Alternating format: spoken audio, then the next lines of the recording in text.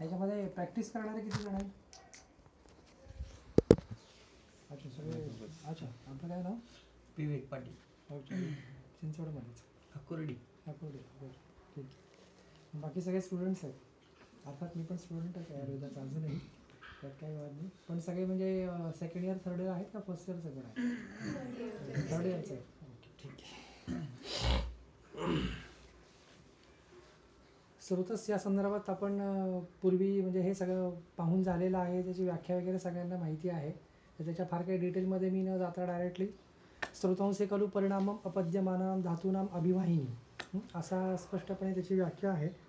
तर हे आधी सगळं लक्षात घ्यायच्या आधी एक मात्र डोळ्यासमोर असे ठेवा की ही सातत्याने घडणारी प्रोसिजर आहे. म्हणजे कुठेही तिथे एखादा धातू तयार झाला, तो तिथे थांबला आणि मग त्याच्यानंतर पुढचा धातू तयार झाला, मग तो तयार झाला आणि मग त्याच्यानंतर तिसरा धातू झाला, किंवा एखादं अन्न ग्रहण केलं किंवा एखादा श्वास आत घेतला आणि त्याच्यानंतर तो तिथे थांबला, त्याचं काम झालं आणि मग दुसरं पुढचं काहीतरी चालू झालं, असं न होता ही सातत्याने होणारी अव्याहत होणारी ही प्रक्रिया आहे. आणि ही अव्याहत होणारी प्रक्रिया म्हणजे गर्भ उत्पत्तीपासून ही होणारी प्रक्रिया आहे ती मृत्यूपर्यंत होणारी प्रक्रिया आहे. आणि सातत्याने त्याच्यामध्ये जसं आपण म्हणतो की उत्पत्ती, स्थिती आणि लय या 3 गोष्टींमध्ये ही प्रक्रिया सातत्याने चालू असते. उत्पत्ती म्हणण्याचा इथे अर्थ मला काहीतरी नवीन उत्पन्न होतं आहे असं नाही, तर जे काही सूक्ष्म स्वरूपात किंवा असत स्वरूपात पाहायला मिळतं त्याचं पोषण झाल्यानंतर त्याला सत्स्वरूप पावतं आणि मग त्याच्यानंतर त्याचं विघटन होतं. ही प्रोसेस जी आहे ही सातत्याने चालू असते. त्याला कुठेही मध्ये स्वल्पविराम किंवा पूर्णविराम तर नाहीच, पण स्वल्पविरामसुद्धा ह्याच्यामध्ये नसतो. त्याच्यामुळे तो आहार रस मिळाल्यानंतर त्या स्रोतसामध्ये गेला किंवा एखादा धातूंचं पोषण झाल्यानंतर पुढच्या धातूचं पोषण होईपर्यंत जो काही पोषक रस जाईल, ही प्रक्रिया सातत्याने चालू असते. त्याच्यामुळे एक रक्तधातू तयार झाला, हा एक ठराविक त्याच्या क्रायटेरियापर्यंत तो जाऊन पोचला, त्याच्यानंतर मग मेदाची परिणमन व्हायला सुरुवात झाली, असं ते अजिबात नाही. ही सातत्याने अव्याहत होणारी प्रक्रिया आहे. आणि म्हणून त्याला इथे शब्द वापरला अपद्यमानानां. हे वर्तमान सातत्याने होतं. अपद्यमानानां म्हणजे ही कंटिन्युअस होणारी प्रोसेस आहे, म्हणून अपद्यमानानां असा शब्द त्यामध्ये वापरलेला आहे. तर त्याच्यामध्ये मग चक्रपाणी काय म्हणतात, तर परिणामम अपद्यमानानां इति पूर्व रसादी रूपता परित्यागेन उत्तर उत्तर धातू परिणमन अपद्यमानानां. पुणे तिथे तर अपद्यमानानां म्हणजे सातत्याने परिणत होणारी ही प्रक्रिया आहे. म्हणजे आधीचे धातू, आता स्पेसिफिकली त्यांनी धातूचा शब्द वापरला आहे, पण सर्व स्रोतसांना, मग तो मल असेल किंवा प्राण असेल किंवा उदकवत स्रोतस असेल, ह्याचं पूर्वरूप सोडून सोडून जसं जसं पुढे ते सरकत जाईल तसं तसं पुढचे त्याची अंश किंवा त्याचा धातू किंवा त्याचं पचन होत जाणार आहे. ही प्रक्रिया सातत्याने जिथे होत असते त्याला आपण स्रोतस अशी संज्ञा देऊयात. आणखीन पुढे जाऊन तो काय म्हणतो, तर अयन अर्थेन इति वचनान, हे जरा जास्त महत्त्वाचं आहे. अयन अर्थेन इति वचनान न स्थिराणाम धातूनाम अभिवाहिनी. म्हणजे आपल्याला जे 3 न्याय सांगितले आहेत त्याच्यामध्ये एक पोष्य धातू आणि एक पोषक धातू आहे. तर त्याच्यामध्ये पोष्य धातू आहे हा स्थिर धातू कन्सिडर केला जातो. आणि हा शब्द इथे स्थिर म्हणजे तो पोष्य धातू जो आहे ह्याच्या तो समानार्थी आहे. पण असा स्थिर धातू असा शब्द पुढे कुठेही वापरलेला नाही आहे, किंवा ग्रंथकारांनी कुठेही पोष्य किंवा पोषक असा रस असं कुठेही तो वापरलेला नाही आहे. ते टीकाकारांनी आपल्याला समजण्याच्या दृष्टिकोनातून स्थिर, अस्थिर किंवा पोष्य आणि पोषक असा तो एकंदरीत त्याचा परिपाठ केलेला आहे. त्याच्यामुळे जो पोषक आहे जो सातत्याने स्त्रवणारा आहे, पोष्य किंवा स्थिर धातू हा कुठेही स्त्रवणारा नाही आहे. त्याच्यामुळे जेव्हा आपण स्रोतस ही संकल्पना मांडतोय त्यावेळेला we are dot sure in our mind की आपण अस्थिर धातू किंवा जे काही सतत वहन होतं आहे त्याच्या संदर्भात आपण बोलतो आहे, किंवा प्राण आहे किंवा उदान आहे किंवा उदक आहे. तर ही जी काही संकल्पना ही अस्थिरतेबद्दलची आहे. हे कुठेही त्याला एक ठिकाणी ते थांबलेलं आहे आणि मग गोष्टी घडलेल्या असं न होता सातत्याने वहन ज्याचं होणार आहे त्याच्या बाबतीत आपण बोलतोय. त्याच्यामुळे अयन अर्थेने इति वचनान न स्थिराणाम धातूनाम अभिवाहिनी भवंती स्रोतांसी किंतु देशांतर प्रापणेन अभिवाहिनी भवन्ति. म्हणजे एका स्थानावर देशांतर म्हणजे इथे देश म्हणजे शरीरांतर्गत एखादी स्थान, तर ते एका स्थानापासून दुसऱ्या स्थानापर्यंत ज्याचं वहन करणार आहे त्याच्यासाठी जो बनवलेला आहे, जो मार्ग बनवलेला आहे, दॅट इज स्रोतांसी, नॉट स्थिर धातू. त्याच्यामध्ये गोष्ट तुम्ही अगदी डॉट लक्षात ठेवा की आपण जे काही इथे बोलणार आहोत किंवा स्रोतस्य संदर्भात जे काही इथे बोलणार आहोत ते अस्थिरता म्हणजे सतत वहन होणारी एक प्रक्रिया आहे, आणि जे एका स्थानापासून दुसऱ्या स्थानापर्यंत वाहून जाण्यासाठी या संदर्भात बोललं जाणारा जो मार्ग आहे त्याच्या संदर्भात आपण बोलतो आहोत. ठीक आहे, ओके. आता ह्याच्यामध्ये आपण म्हणजे सेकंड इयरपासून चरक आणि सुश्रुत, ज्याला आपण अत्रेय संप्रदाय आणि धन्वंतरी संप्रदाय अशा दोन संप्रदायांच्या बाबतीत जेव्हा विचार करतो त्यावेळेला बरेच वेळेला आपण चरकाचार्यांनी हे लिहिलं किंवा अत्रेय संप्रदायात हे लिहिलं, मग धन्वंतरी संप्रदायात काय लिहिलं, आणि त्याचा आपण सांगड घालायचा प्रयत्न करतो. पण स्रोतसांच्या बाबतीत थोडीशी संकल्पना दोघांची वेगळी आहे. ह्याचं कारण असं आहे की धन्वंतरी संप्रदायामधले जे काही काशीराज देवदासांचा जो शिष्य आहे सुश्रुत, काशीराज देवदास हे राजाचे वैद्य होते. वाराणसी समीप एक गाव आहे तिथले ते होते, आणि ते राजाचे वैद्य असल्यामुळे राजाशी कंसल्या कारणाने युद्ध होणं या गोष्टी त्यांच्यासाठी फार नियमित होत्या. त्याच्यामुळे आघात, त्याच्यानंतर शल्य, ह्या गोष्टी त्यांच्या संदर्भात किंवा त्यांच्या बाबतीतले रुग्ण पाहण्यात येणे अशा सर्व त्या संदर्भात ते असल्याने म्हणून तो धन्वंतरी संप्रदायातला तो सुश्रुत, आणि म्हणून शल्यचिकित्सा अशा गोष्टी लक्षात घेत असताना ह्याच्यामध्ये दोन्ही स्रोतसांच्या कन्सेप्टमध्ये फरक आहे. म्हणजे त्यांचे मूलस्थानं किंवा शारीर हे आपण नंतर पाहूया, पण बेसिक डिफरन्स काय आहे तर आत्रेय संप्रदायामध्ये सार्वदेहिक शरीरांतर्गत जे स्रोतस आहे आणि त्याची दृष्टी लक्षणं सांगितलेली आहेत, आणि अवरोध त्या स्रोतसामध्ये त्या स्रोतसामध्ये होणाऱ्या अवरोधजन्य दृष्टींची लक्षणं आहेत. व्हेरॅज आपण धन्वंतरी संप्रदायातला जे स्रोतस कल्पना आहे त्याच्यामध्ये तो सिरा धमनी स्रोतस असा अध्यायामध्ये सिरांचं आणि धमनींचं वर्णन करून झाल्यानंतर प्रतिज्ञा करतो की आता इथं पुढे मी स्रोतस विद्ध लक्षणं सांगतो.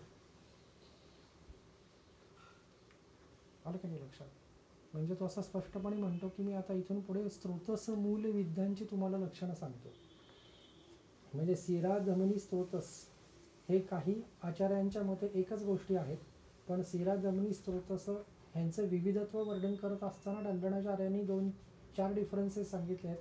त्याचा पक्षाचं खंडन करून झाल्यानंतर म्हणजे सिरा वेगळ्या आहेत, धमनी वेगळ्या आणि स्रोतसही वेगळा आहे हे एक्सप्लेन करून झाल्यानंतर मग पुढे सुश्रुताची प्रतिज्ञा आहे की आता मी इथून पुढे तुम्हाला स्रोतस मूल विद्ध लक्षणं सांगतो. त्याच्यामुळे अत्रेय संप्रदायामध्ये स्त्रोतोरोधजन्य दृष्टीलक्षणांचं वर्णन केलेलं आहे, आणि व्हेरॅज धन्वंतरी संप्रदायामध्ये किंवा सुश्रुत संहितेमध्ये स्त्रोतोमूलविद्ध दृष्टीची लक्षणं दिली आहेत. त्याच्यामुळे हे दोन्ही गोष्टी वेगळ्या आहेत. म्हणजे इथे स्त्रोतसांचा अवरोध होऊन लक्षणं दिसणार आहेत ती सार्वदेहिक दिसणार आहेत, आणि इथे स्त्रोतसमूल विद्ध झाल्यानंतर जी लक्षणं दिसणार आहेत, कारण तो तलवार, भाला, दांडपट्टा ह्याच्या बाबतीत आघात होऊन येणारे रुग्ण त्यांच्याकडे होते. त्याच्यामुळे तिथे जर विद्ध झालं तर काय लक्षणं होऊ शकतात, तिथे आघात झाल्यानंतर काय लक्षणं होऊ शकतात, असे संपूर्ण पाहता त्यांनी डिस्क्रिप्शन केलेलं आहे. त्याच्यामुळे जर का तुम्ही स्रोतस ही संकल्पना घेत असताना अत्रेय संप्रदायातल्या स्रोतस कल्पना आणि धन्वंतरी संप्रदायातली जी स्रोतस संकल्पना ही थोडीशी वेगळी आहे. आता आपण त्याच्यामध्ये मग डल्लणाचार्यांनी काय डिफरन्स सांगितलं त्याचं एक्सप्लेनेशन करत असताना डल्लणाचार्य असं म्हणतो, स्त्रोतरोध एव प्राधान्यानं रोगाणाम कारणं. म्हणजे अत्रेय संप्रदायामध्ये स्त्रोतरोध एव रोगाणाम प्राधान्यानं कारणं, इथे स्त्रोतो मूलविद्ध लक्षणांची संकल्पना आहे धन्वंतरी संप्रदायामध्ये. दुसरा डिफरन्स काय, सकल अंगानाम अपि स्त्रोतसाम काय चिकित्सानाम अधिकाराः. म्हणजे जसं आपण म्हणतो स्त्रोतोमयम शरीरः तद्वत त्याच्या दृष्टिकोनातून स्त्रोतसांची संकल्पना वाढताना सार्वदेहिक दृष्टीची लक्षणं त्यांनी सांगितलेली आहेत. त्याच्यामुळे काय चिकित्सा अंतर्गत सर्व शरीर सकल शरीरगत दृष्टीची लक्षणं तो सांगतो, आणि इथे नियत देश विद्येषु वेदना अधिकाराः नियत देश म्हणजे ठराविक देश, म्हणजे मला तो भाला इथे लागला आहे किंवा मला तो दांडपट्ट्याचा आघात इथे झालेला आहे किंवा त्या स्थानामध्ये मला आघात झाला का झाल्यानंतर उत्पन्न होणारी जी लक्षणं आहेत, म्हणजे डेफिनेटली तिथे रक्ताचा अनुबंध आधी आला, आलं का नाही. आघात आहे त्याच्यामुळे रक्ताची दृष्टी आधी होणार आहे, त्याच्यानंतर मग दोषांचा अनुबंध होणार आहे, पण तो नियत स्थानामध्ये होणार आहे. आता अन्न व स्रोतसाच्या बाबतीत म्हणायचं तर आमाशय मूलम व आममच्या पार्श्वम किंवा आमाशय द्वे अन्न वाहिन्याच्या धमन्या. तर ह्या ठिकाणी जर का मला आघात झाला तर काय लक्षण होणार आहेत ती अन्न व स्रोतसाच्या बाबतीत तो सांगेल आपल्याला. त्याच्यामुळे नियत स्थान दृष्टी, नियत आघात स्थानजन्य दृष्टी आणि इथे सार्वदैहिक अवरोधजन्य स्रोतसांची लक्षणं तो सांगतो. पुढचं शरीरगतत्वेन सूक्ष्माणाम आश्रितस्य वेदना विशेषः, म्हणजे सार्वदेहिक तत्त शरीरगत सूक्ष्मानाम म्हणजे ह्याचा ब्रॉडर कन्सेप्ट आहे स्रोतसांचा काय चिकित्सा अंतर्गत. व्हेरॅज नियतदेशविद्येषु वेदना विशेषः, हे 3 डिफरन्स आत्तापर्यंत झाले. चौथा महत्त्वाचा डिफरन्स म्हणजे काय चिकित्सा अंतर्गत जे काही त्यांनी स्रोतस दृष्टीचे लक्षणं सांगितले त्याच्यामध्ये कुठेही आपल्याला साध्यता किंवा असाध्यता ह्याचं काही चित्र तयार उभं होत नाही. म्हणजे कुठलीही तुम्ही स्रोतस दृष्टीची लक्षणं जरी घेतली तर ह्याच्यामध्ये ते साध्य आहे, असाध्य आहे किंवा नाही आहे ह्याच्याबद्दल आपल्याला काही उहापोह करून कळत नाही किंवा तो तसा सांगत नाही. व्हेरॅज धन्वंतरी संप्रदायामध्ये साध्यात इति ज्ञाननिश्चयात्मकम, हे प्रत्येक स्रोतसांच्या मुलांचं युद्ध हे झाल्यानंतर तो मरणम वा असं शेवटी लिहितो. म्हणजे त्याच्यामध्ये रक्ताचा जरी अनुबंध असला असं आहेच नाही डेफिनेटली, पण मग ते साध्य आहे का नाही आहे याच्या संदर्भात तो डेफिनेटली सांगतो. हा ह्या दोघांमधला महत्त्वाचा सगळ्यात शेवटचा डिफरन्स आहे. त्याच्यामुळे हे 4 डिफरन्सेस लक्षात घेऊन स्रोतस ही संकल्पना आपण लक्षात घेतली पाहिजे. तर हे 4 महत्त्वाचे डिफरन्सेस आहेत. त्याच्यामध्ये कधी पण तुम्ही त्याचा सांगड घालायची प्रयत्न करू नका. त्याच्यामुळे चरकाची म्हणजे आत्रेय संप्रदायातली स्रोतस संकल्पना आणि धन्वंतरी संप्रदायातली स्रोतस संकल्पना ही वेगळी ठेवून त्याची सांगड न घालता त्याचा अभ्यास केला तर तो जास्त बरं राहील. लक्षात आलंय का इथपर्यंत? ठीक आहे. ॲक्च्युली स्पीकिंग मी म्हणजे कुठेही कॉलेजमध्ये शिकवत नाही, त्याच्यामुळे मी ॲकॅडमिशियन नाही. त्याच्यामुळे जे काय मला क्लिनिकली जास्त आवडतं ते मी जरा जास्त बघायचा प्रयत्न करतो. त्याच्यामुळे सुरुवातीला ॲक्च्युली मी इथून पुढे नंतर मग स्रोतसांचं शारीरिक, स्रोतसांचं क्रिया आणि त्याचा अप्लाइड ॲस्पेक्ट असं माझ्या डोक्यात होतं. पण मग त्याचा विस्तार जरा फारच व्हायला लागला आणि ते गोष्टी सगळ्या व्याधीमध्ये जायला लागल्या. मग एक व्याधी म्हटलं ते काही बरोबर नाही. म्हणजे जरी त्याच्यामध्ये आमाशय किंवा पार्श्व किंवा अन्न व धमनी असं सगळं जरी असलं तरी म्हणलं हे आहे म्हणजे व्याधीच्या ते घुसायचं आणि मग ते व्याधीचे काहीतरी लक्षणं सांगायची आणि मग व्याधीची चिकित्सा सांगायची. हे थोडंसं मी नंतर जर वेळ राहिला तर सांगेन की जे माझ्या डोक्यात म्हणजे ॲक्च्युली आधी पाहत होतं. पण मग स्ट्रिक्टली आपण फक्त स्रोतस या विषयावरच थांबायचा प्रयत्न केला तर मग आता नॅचरली मग मी त्याचे हेतू म्हणजे स्रोतस दृष्टी हेतू अशा ह्याच्यावर मी जाईल. अर्थात डेफिनेटली आपण तिथे क्लिनिकल ॲस्पेक्ट जास्त घेऊया रादर दॅन थेरटिकल ॲस्पेक्ट. तर दृष्टी हेतूमध्ये काय आहेत तर अतिमात्रस्य च अकाले च अयितस्य भोजनात अन्नवाहिनी दृश्यंती वैगुण्यात पावकस्य च. त्याच्याही आधी एक सांगायचं मी राहिलं की आमाशय मूलम वाममच्या पार्श्वम असं अत्रेय संप्रदायामधलं अन्न व स्रोतसाचं डिस्क्रिप्शन आहे. आणि इथे आमाशय मूलम अन्नवाहिन्याश्च धमन्या. ह्या दोन्हीमध्ये डिफरन्स कसा करायचा किंवा दोन वेगळेच कन्सेप्ट आहे मी आधीच सांगितलं असल्या कारणाने हे दोन त्यांनी वेगळ्या गोष्टी आणखीन आहेत. म्हणजे ते मूलस्थान इथे वेगळे आहेत आणि इथे त्याचं सांगायचं पद्धत वेगळी आहे. कारण तो शल्यतंत्रज्ञ असल्या कारणाने त्याने डेफिनेटली ॲनाटॉमी सगळी बघितलेली होती. म्हणजे चरकांनी बघितलेली होती ना असं नाही, तर ते रजतममुक्त असल्यामुळे भिंतीच्या पलीकडे काय आहे हे त्यांना कळायचं.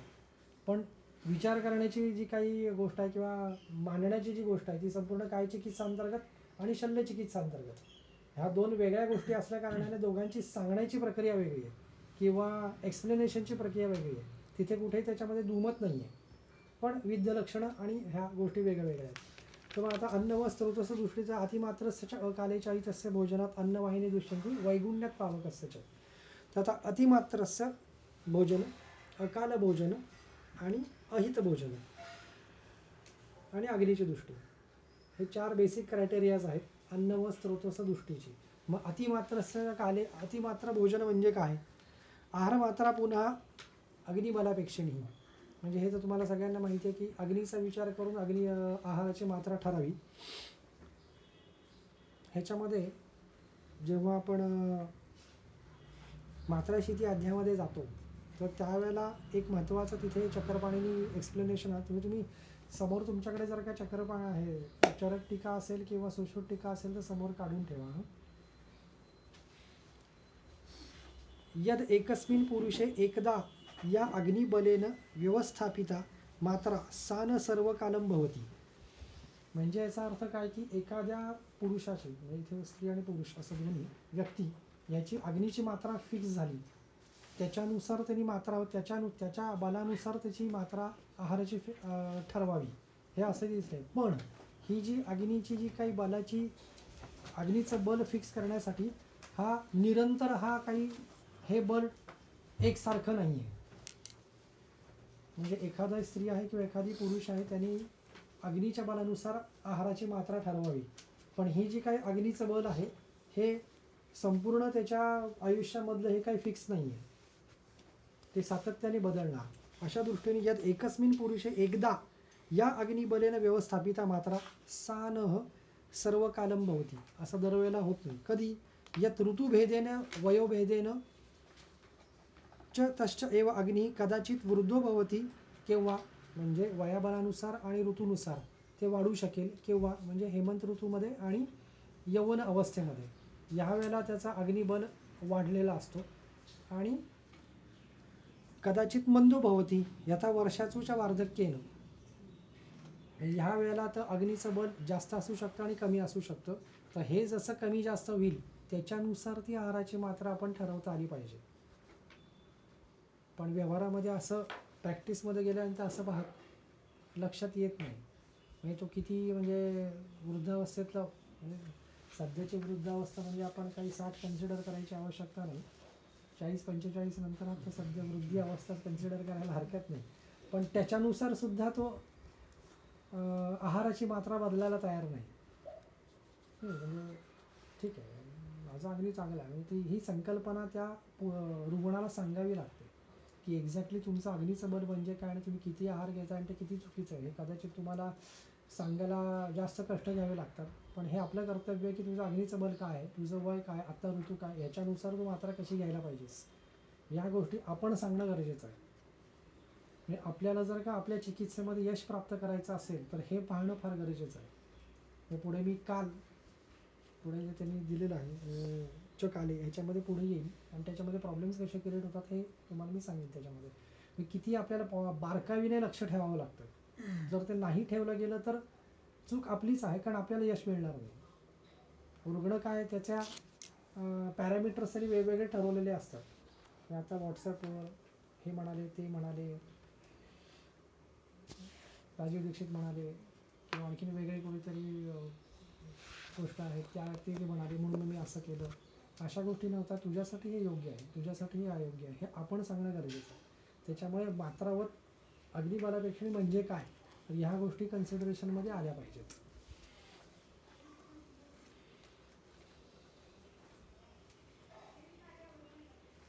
पुढे म्हणतो तो असं, तेन अग्निबलभेदात मात्रा अपि एकरूपा न भवती किंतु तत्कालभवम अग्निबलम अपेक्ष पुन्हा पुन्हा मात्रा अपि भिद्यत इति.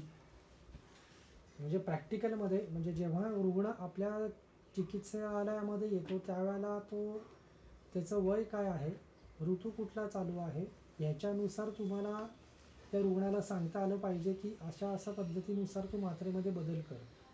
आणि हे सातत्याने करावं लागतं पुन्हा पुन्हा, कारण ती सातत्याने अग्नीचं बल बदलत असतं. म्हणून पुन्हा पुन्हा असा त्यांनी शब्द वापरला आहे. म्हणजे जरी इथे त्यांनी अग्निबलापेक्षणे असं म्हणत असलं तरी तो सातत्याने व्हेरिएशन्स याच्यामध्ये कशी येत राहतात. अर्थात ह्याच्यामध्ये अजूनही आपण तो काय हेतू सेवन करतो हे कन्सिडर झालेलं नाही आहे. म्हणजे तो सगळं हेतू त्याचे व्यवस्थित आहेत, हे सगळं व्यवस्थित चाललंय, पण केवळ एक असं नाही. तर हे सार्वधायिक विचार करताना हा एक पॉईंट लक्षात घेणं फार गरजेचं आहे. म्हणजे अग्नीवर लक्ष ठेवून विथ पर्स्पेक्टिव्ह ऑफ ऋतू आणि वय त्याच्यानुसार ती मात्रा ठरली पाहिजे. लक्षात येत आहे का? मग ह्याच्या व्यतिरिक्त ह्याच्या डेव्हिएशनमध्ये मग अमात्रा, ह्याच्या डेव्हिएशनमध्ये मग ते अतिमात्रस्य किंवा अल्पमात्रस्य. मग अतिमात्रस्य इथे जरी शब्दप्रयोग केलेला असला तरी तो अल्पमात्रित आणि अतिमात्रित या दोन्हीमध्ये कन्सिडर करायला हरकत नाही. लक्षात आलं? ही अतिमात्रस्य हेतू सेवन होणारे अन्न व दृष्टीचं लक्षण. ओके. मग मात्रावत आहार म्हणजे जाता जाता मी सांगतो की मात्रावत आहार घेतलेली लक्षणं काय आहेत. तर कुक्षे हे अप्रपीडनम आहारेण. म्हणजे कुक्षी ही संकल्पना आता तुम्हाला माहिती असेल की पार्श्वाच्या खाली, मग कक्षेच्या खाली पार्श्व आणि पार्श्वाच्या खाली कुक्षी. मग ते दोन्ही कुक्षी का नाही तर वामक कुक्षी. मग तसं का तर ते बघायचं. मग दोन्ही कुक्षीमध्ये प्रपीडन होईल का तर नाही, वामक कुक्षीमध्ये होण्याची शक्यता, कारण संपूर्णतः तो अन्न व स्रोतस हे वामतः आहे, कारण तिथे पण वामपार्श्वच लिहिलेला आहे. मग तो वामतः कुक्षी पीडनम न करवती इथपर्यंत अशी ती मात्रा. किंवा हृदयचा अनावरोधा, हृदय गौरवता किंवा विधाऊ जळत्व इथपर्यंत न होता जे आहार सेवन केलं जाईल ते मात्रावर. तिसरं महत्त्वाचं पार्श्वयो अविपाटनम. पार्श्व हा हे सगळे श्लोक त्रिविध कुक्ष विद्यान अध्यायातले चरकामधले आहेत. त्याच्यामुळे वाममचे पार्श्वम असं जेव्हा ते मूलस्थान लक्षात घेतात तेव्हा त्यांनी ते आहाराबाबतीत मात्रावत सेवन आहारमध्ये काय की वामकुक्षी अपाटनम, म्हणजे वामकुक्षीचं पाटन होतं किंवा वामपार्श्वाचं पाटन न होणं किंवा त्याच्यावर आघात न होणं अशी संकल्पना. मग तो आहार आपण मात्रावत घेतलेला आहे असं कन्सिडर करूया. लक्षात येत आहे का? का प्रश्नार्थक चेहरे आहेत अजून? खरं सांगा. म्हणजे मात्रावत आहार सेवन केल्याची ही लक्षणं त्रिविध कुक्ष अध्यायातली मी सांगतो. मग त्याच्यामध्ये तो वामपार्श्वाचं पीडन न होता, अरे फारच उगीच मी जास्त खाल्लं असं जेव्हा पेशंट म्हणतो तेव्हा तो हृदय अवरोध किंवा हृदय गौरव इथपर्यंत तो आहार जाता कामा नये. पुढे अजूनही लक्षणं दिली आहेत. अनतिगौरम उदरस्य पीडनम इंद्रियाणाम. आता पीडनम इंद्रियाणाम हे कालातीत लक्षण झालं. त्वरित होणारे लक्षणांमध्ये वरची येतील आणि काही त्वरित होणारी लक्षणं आहेत, काही कालांतरे होणार आहेत. पीडनमच्या इंद्रियाणाम क्षुत पिपासा उपरमहा, म्हणजे क्षुधा आणि तृष्णा यांचं उपशय झालेलं आहे. जी काही त्याला बुभुक्षा लागली किंवा जी काही त्याचा अग्निप्रवेशात जी काही त्याला क्षुधा लागलेली आहे त्याचं शमन झालेलं आहे तेवढ्या प्रमाणात. स्थान आसन शयनगमन उच्छ्वास प्रश्वास हास्य संकथासु सुखानुवृत्ती, ह्या सगळ्या गोष्टी तो सुखाने करू शकतोय इतपत ती मात्रा आहाराची घेतलेली आहे. म्हणजे सुखाने श्वास घेता येत ते पार इथपर्यंत आले. अरे बापरे. फॉर एक्झाम्पल तुम्ही आता सगळेजण अकंठपान वमनासाठी देतो तर तिथे कुठे ते सुखानुभूती श्वास शक्य नाही आहे. तर दॅट इज सुखानुभूती नसणं. किंवा अतिप्रमाणात आहार घेतल्यानंतर अरे अस्वस्थता यायला लागली ते बाहेर काढलं तर बरं होईल, ही सुखानुभूती नाही. तर ती सुखानुभूती असेपर्यंत ती मात्रा ठेवणं दॅट इज सुखानुभूती. सायं प्रातश्च सुखेन परिणमनम, हे सकाळी घेतलेला आहार संध्याकाळपर्यंत 3 प्रहरामध्ये तो पचन होणे, आणि संध्याकाळचा आहार सकाळी म्हणजे 3 प्रहरापर्यंत, दुसऱ्या 3 प्रहरापर्यंत त्याचं पचन होणे. अन्नकाल 2 सांगितलेले आहेत त्याच्यानुसार तर 3 प्रहर इकडे आणि 3 प्रहर इकडे असं करून ते 12-12 तास होतात. त्याच्यामुळे सकाळचं आहार सेवन करून झाल्यानंतर संध्याकाळच्या प्रहरी द्वितीय अन्नकालापर्यंत ते आहार पचन होणे, तेवढ्या प्रमाणात ते पचन होईल एवढी मात्रा. असे हे सगळे त्यांनी ते गोष्टी सांगितल्या. ह्याच्या डेव्हिएशन्समध्ये जे काही येतील दॅट इज अमात्रावत किंवा अतिमात्रा आहार सेवन. आणि हा एक हेतू अन्न व स्त्रोतस दृष्टीचा होऊ शकतो. ह्याचे बारकाईने लक्ष घेणं आणि ते समजून घेणं रुग्ण आपल्या रुग्णालयात आल्यानंतर हे बारकाईने पाहणं फार गरजेचं आहे. दॅट इज अमात्रावत आहार. त्रिविध कुक्षी अध्यायामध्ये आणखीन त्यांनी दिलं की त्रिविधम कुक्ष स्थापयेत अवकाशम आहारस्य उपयुंजा, म्हणजे तो एक अवकाश आहे कुक्षीचा एक अवकाश आहे. कुक्षव इथे आमाशय असा तिकडे संकल्पना आहे चक्रपाणीची. आमाशयाचे 3 भाग केले किंवा त्या कुक्षीचे 3 भाग केले आपण. त्याच्यातला 1/3 भाग हा भोज्य पदार्थाने म्हणजे सॉलिड फूडनी, द्रव पदार्थाने 1/3 आणि उरलेला 1/3 दोषांचा संचनार्थ शिल्लक ठेवावा, अशी एक त्याच्यामध्ये वेगळं शेड त्यांनी दिलेली आहे की अशा पद्धतीने आपण जर आमाशय किंवा कुक्षीचे 3 भाग केले तर 1/3 1/3 आणि उरलेला 1/3 संचनार्थ अशी ती मात्रा. अवस्थानम अवकाशम आहारस्य उपयुञ्जन स्थापयेत अवकाशम इति कोष्ठः अवकाशभागम. कोष्ठ म्हणजे इथे परत आमाशय, अशी एक संकल्पना आहे. म्हणजे ती मात्रावत आहार किंवा अमात्रावत आहार हे ठरवून घेण्यासाठी म्हणून आणखीन एक वेगळी शेड त्याच्यामध्ये त्रिविध कुक्षी आहारामध्ये दिलेली आहे.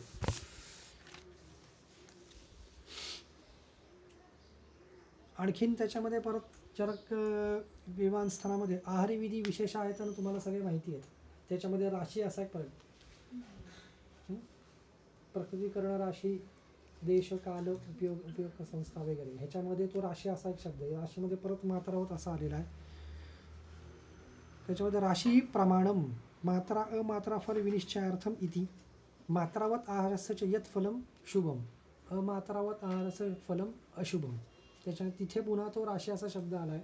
त्याच्यामुळे आहार विधी विधानांचे जे नियम आहेत मग त्याच्यानुसार राशी तो परत तिथे परत मात्रा आणि अमात्रा म्हणजे मात्रे संदर्भातच तो राशी असा शब्द आलेला आहे. म्हणजे शुभ फल देणार आहे ते मात्रावत आहार आणि अशुभ फल देणार ते अमात्रावत आहार. त्याचे इंटरप्रिटेशन्स आपल्याला अन्न व स्रोतसाच्या दृष्टी लक्षणांमध्ये करून घ्यायचे असतात. लक्षात आलं? ओके. आता मात्रेबद्दल जाऊन त्यानंतर काल असा शब्द आहे. अतिमात्रस्यच अकाले. मग काल म्हणजे एक्झॅक्टली नक्की कोणता, तर बुभुक्षा काले. भूक लागलेली असताना आपल्या प्रॅक्टिसमध्ये 95% जे रुग्ण येतात त्यांना भूक लागणे म्हणजे काय हे माहितीच नसतं. म्हणजे आपल्याला तो इन्फरन्स काढावा लागतो. मग इतकं खोदून विचारावं लागतं की नाही मी दुपारी जेवलो नाही, पण ती खरंच मला भूक लागली होती का नाही, का वेळ झाली म्हणून मी जेवलो, कारण डबा छान आहे म्हणून मी जेवलो, चांगला आहार केला होता म्हणून जेवलो, बरेच मित्रमैत्रिणी एकत्र जमले तर म्हणून मी जेवलो. ह्या 3-4 गोष्टी मी माझ्या दवाखान्यामध्ये विचारतो. म्हणजे तुम्हालाही कालांतराने अनुभव होईल किंवा आता हे दोघं प्रॅक्टिशनर्स आहेत किंवा इथे पण प्रॅक्टिशनर त्यांनाही माहिती असेल की भूक लागते का असं विचारल्यानंतर हो मी दुपारी जेवतो. पण हा जो डिमार्केशन आहे की मी जेवतो आणि भूक लागणे, तर तो बुभुक्षा लागणे म्हणजे भूक लागणे म्हणजे एक्झॅक्टली काय हे फार पटवायला लागतं लोकांना. किंवा ह्याच्यामध्ये आणखीन एक प्रॉब्लेम काय येतो तर मलप्रवृत्ती सम्यक आहे की नाही हे पण लोकांना सांगता येत नाही. म्हणजे मग त्याच्यामध्ये फार डेव्हिएशन्स करून सांगायला लागतात. मग उदर लाघव येतं का, मग पेशंट विचार करतो 1 मिनिट अक्षरशः काय होतं नक्की. म्हणजे एवढं सुद्धा लक्ष द्यायला वेळ नाही लोकांकडे. मग हे गोष्टी कशा कळणार, हे आपल्याला विचारून घ्याव्या लागतात. कारण आपली जबाबदारी आहे त्या रुग्णाला उपशय देण्याची. आणि तसं जर झालं नाही तर शेवटी तोच आपल्याला विचारणार की अजून नाही झालेलं. पण इतक्या बारकाईने आपण जर लक्ष दिलं नाही तर पेशंट येणारच नाही आहे 100%.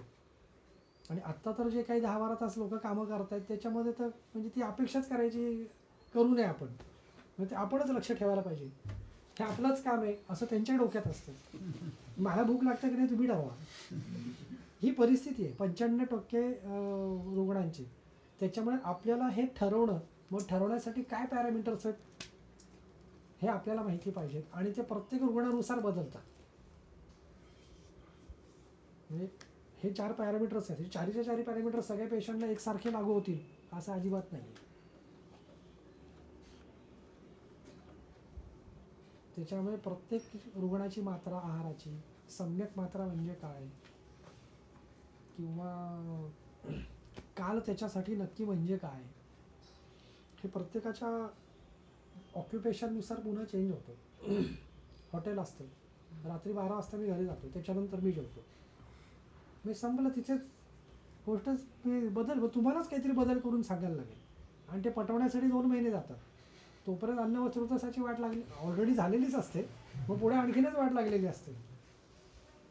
म्हणजे ह्या सगळ्या गोष्टी लक्षात घेणं फार गरजेचं आहे आणि ते आपल्यालाच लक्षात घेणं महत्त्वाचं आहे. त्याच्यामुळे अकाल भोजन म्हणजे काय, तर बुभुक्षा काल नसताना आहार घेणं, आणि हे 100% पेशंटमध्ये आहे.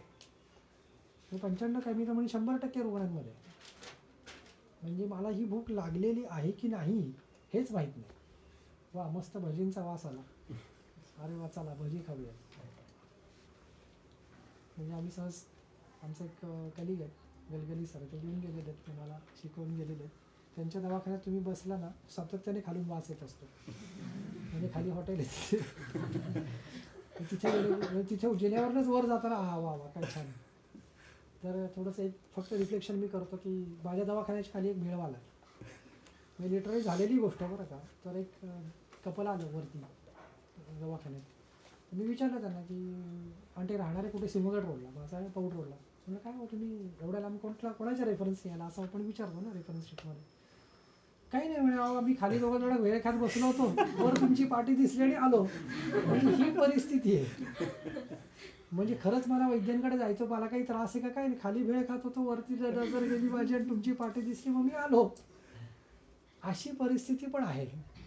त्याच्यामुळे असे तुमच्या आजूबाजूला सगळे एक्सपोजर्स आहेत किंवा हेतुसेवन करण्यासाठी गोष्टी तयार आहेत, पण ते आपण ठरवायला पाहिजे. आय मीन टू से रुग्णाने ठरवायला पाहिजे, पण ते रुग्ण ठरवत नाही, तो त्याच्या गोष्टी करत असतो.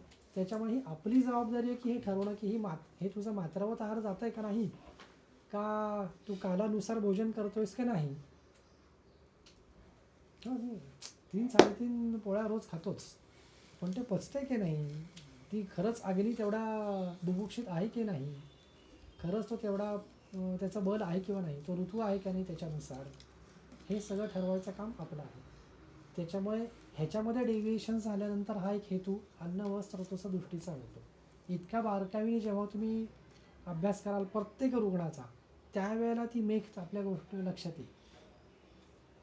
ठीक आहे. अहित भोजनात म्हणजे आत्ता तरी सांगायला हरकत नाही की आत्ता जे काही 90% पदार्थ आपण खातो ते अहितच आहेत.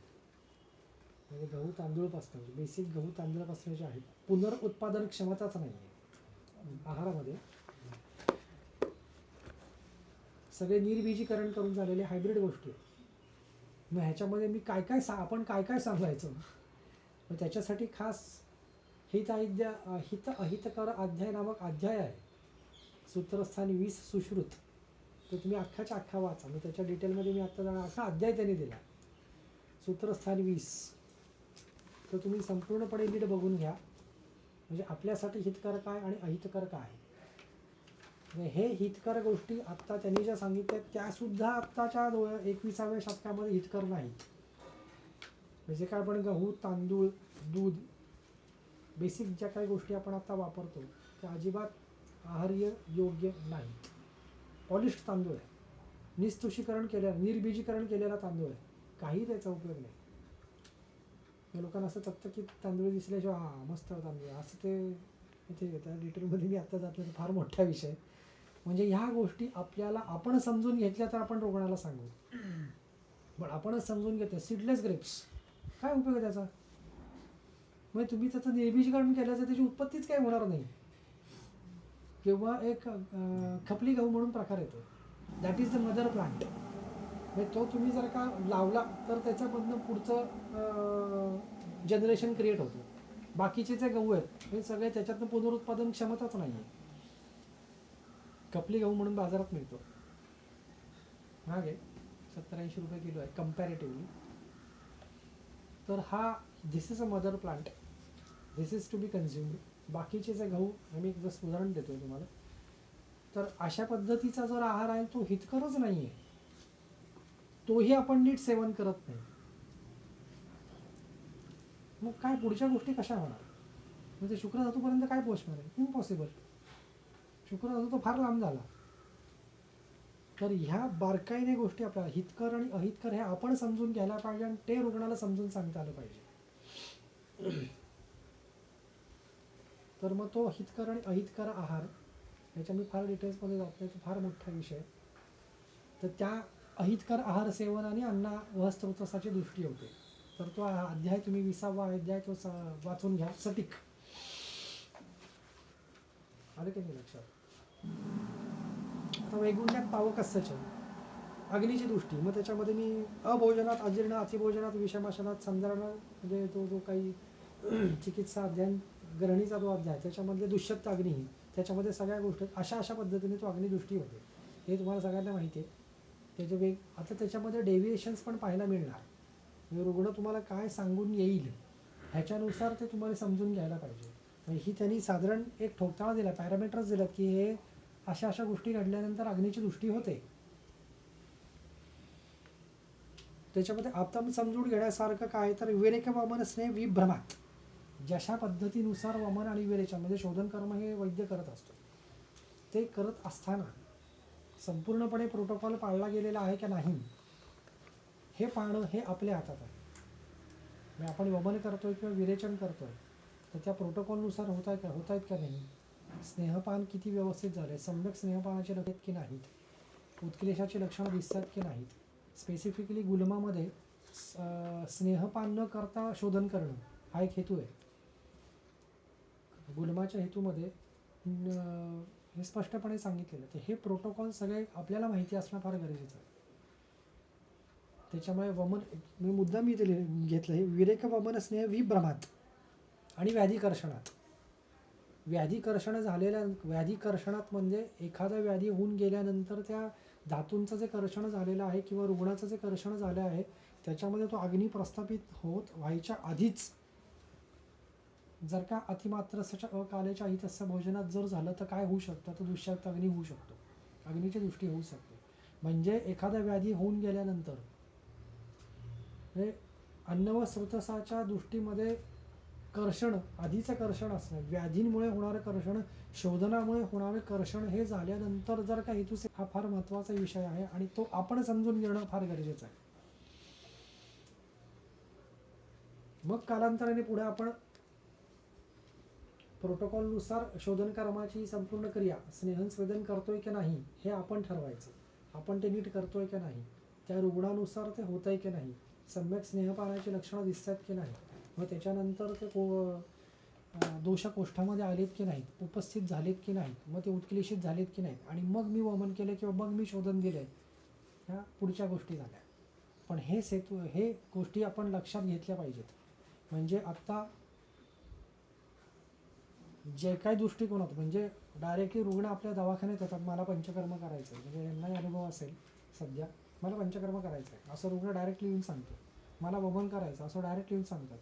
मागच्या आठवड्यात एक मुलगी आली, माझं डिसेंबरला लग्न आहे, मला पंचकर्म करायचं. म्हणलं का, कारण काय, लग्न आहे तर मग पंचकर्म कशाला करायचं आहे, तुला काय माहिती आहे पंचकर्माबद्दल. मग ते संपूर्ण मला 2 तास त्याच्यामध्ये तिचे घालवावं लागले. म्हणजे काय नक्की करायचं आहे, मग मला केस घ्यावी लागेल, मग मला तुझं ठरवावं लागेल की नक्की काय करायचं आहे, मग आपण का करायला पाहिजे, नाही मला आतून क्लिन्झिंग करायचं. आता ठीक आहे, तिची एक प्रांजल अपेक्षा आहे की माझं हे गोष्टी घडावं, मग त्याच्यासाठी पंचकर्म फार छान असतं, ओके. हे आणि तिची काही फार म्हणजे चुकीची गोष्ट आहे अशा ते म्हणणं नाही, पण हे मला तिला समजावं लागलं. मग आपण काय केलं, म्हणजे आपला उद्देश काय असावा, म्हणजे तो तिथे तुम्हाला अग्नी, जर का तुम्ही अग्नीचं बल पाहून न गेलं स्नेहपान चालू केलं, उदराचं परीक्षण न करता स्नेहपान चालू केलं तर काय होऊ शकतं, तर बाबा पुढे डिसेंबरमध्ये लग्न आहे, ती जबाबदारी आपली आहे. मी तो लग्नात काय गोंधळ झाला ती जबाबदारी माझ्यावर येणार. ठीक आहे, रुग्णाचं म्हणणं आहे की मला पंचकर्म करायचं, क्लिन्झिंग करायचं, व्हॉटेवर मे बी, पण ह्या गोष्टी लक्षात न घेता मग आधी तिने काय काय केलं आहे, किंवा आधी समजा वमन केलं आहे किंवा करून झालेलं आहे किंवा विरेचन केलं आहे, त्याच्या गोष्टी काय काय घडलेल्या आहेत, ते सम्यक शोधनाची लक्षणं झाली होती का नव्हती हे फार आधी समजून घेणं फार गरजेचं आहे. किंवा मी साताऱ्याला राहत होतो, तिकडे मला वैद्यांनी वमन करायला सांगितलं होतं, मग मी आता इथे येऊन करतो. ह्याच्या अजिबात बळी जाऊ नका. स्पष्टपणे रुग्णाकडनं चिठ्ठी मागा, त्यांच्याकडनं रेफरन्स चिठ घेऊन या. त्यांना वमन करायची इच्छा आहे ना, म्हणजे तुमच्या वैद्यांनी तुम्हाला विरेचन किंवा वमन करायला सांगितलेलं आहे, म्हणजे संपूर्ण केस त्यांनी घेतले, कोष्ठ अग्नी याची सगळी माहिती त्यांना आहे. म्हणजे याचा अर्थ त्याच्यानुसार त्यांनी संपूर्ण रेफरन्स शीट आणून दाखवावी की हे तूप वापरा, ही मात्रा ठेवा, असं असं लक्षणं पहा आणि मग वमन करा. असं असेल तर तुम्ही त्या वमनासाठी जाऊ, नाहीतर लेट मी टेक, म्हणजे माझ्या अधिकारानुसार मला ते ठरवू दे असं स्पष्टपणे सांगावं, नाहीतर आपण अडचणीत येणार. केवळ पेशंट आपल्याला वमनासाठी मिळते म्हणून घ्यायचा नाही, सांगायचा उद्देश. आलं का नाही लक्षात? हे सगळ्या गोष्टी महत्त्वाच्या. ठीक आहे, डेरिवेशन जरा जास्त होतं. तर दुष्यत्याग्नी ही असंही लक्षात घ्या. म्हणजे वमन विरेचन असा इथं उल्लेख आहे, म्हणजे शोधन कर्म केलेलं आहे, पण ते जर का सम्यक स्वरूपात नसेल किंवा विभ्रांतपणे केलेलं असेल किंवा चुकीच्या पद्धतीनुसार झालं असेल, प्रोटोकॉलनुसार झालेलं असेल, त्या त्या रुग्णाच्या अग्नी कोष्टानुसार शोधन जर झालं नसेल तर अग्नीची दृष्टी होते.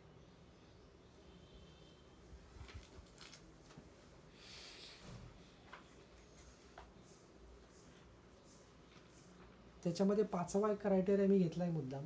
म्हणजे हे 4 झाले, म्हणजे दृष्टीची लक्षणं ही झाली. अतिमात्रस्य अकालेच्या अहितस्य भोजनात अन्नवाहिनी दुष्यंती वैगुण्यात पावकस्य च असं समजून झाल्यानंतर सिरा, धमनी आणि स्त्रोतस या स्त्रोतस अध्यायामध्ये त्याची पर्याय नावं त्यांनी सांगितलेली आहेत.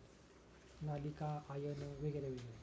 तर ते झाल्यानंतर म्हणजे तो श्लोक झाल्यानंतर त्या श्लोकामध्येच पुढे तेषां प्रकोपात स्थानस्य एव मार्गकश्च शारीरधात्वा प्रकोपम आपद्यन्ते.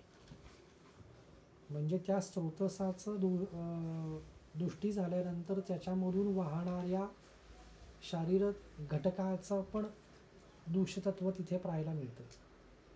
म्हणजे ते स्रोतस मार्ग दुष्ट झाला की त्याच्यातून वाहणारा जो काही दोष असेल, त्याच्यात वाहणारा जो काही धातू असेल, त्याच्यातून वाहणारा जो काही मल असेल, त्याच्यातून वाहणारं जे काही अन्न असेल, त्याची पण दृष्टी होते.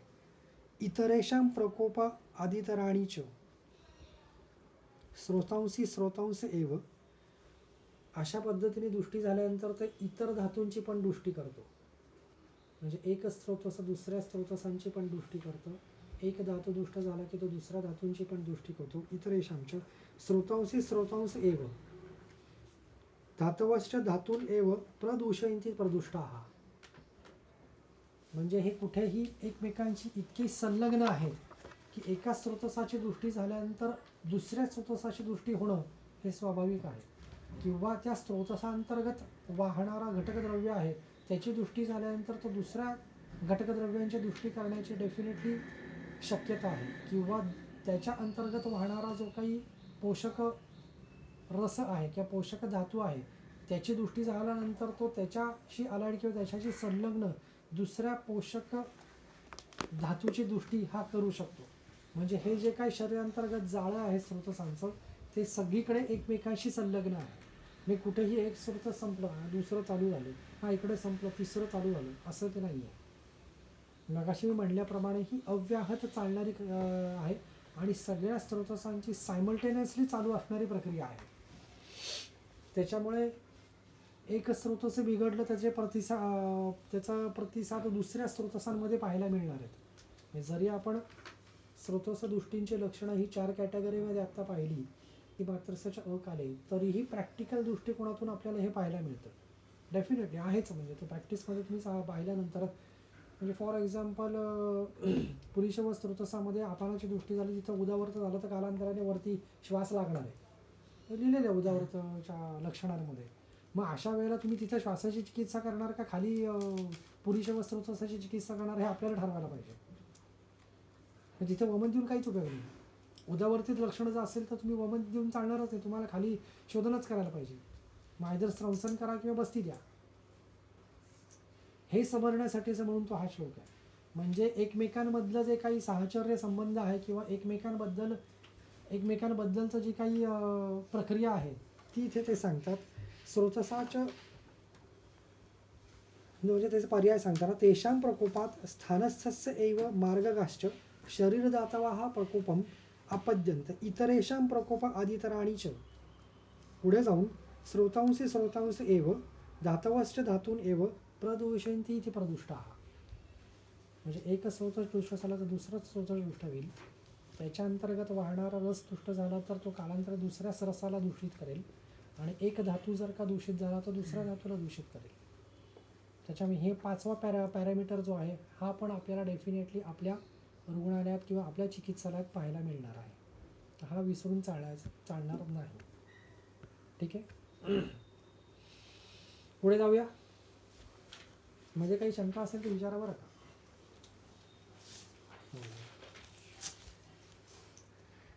वेळेचं असं काही नाही आहे सर. म्हणजे दुष्टी लक्षणामध्ये आता आपण पुढे सरकूया. त्याच्यामध्ये अनन्नाभिलाषण, अरोचक, अविपाक आणि छर्दी. अनन्नाभिलाषण, अनन्नाभिनंदन, खायची इच्छा न होणे.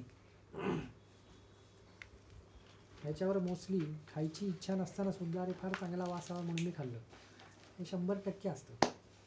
मी खायची इच्छा नाही पण ठीक आहे, तुम्ही आता आग्रह फार करताय, गरम मोदक पण आहे तर मी खाऊन घेतो.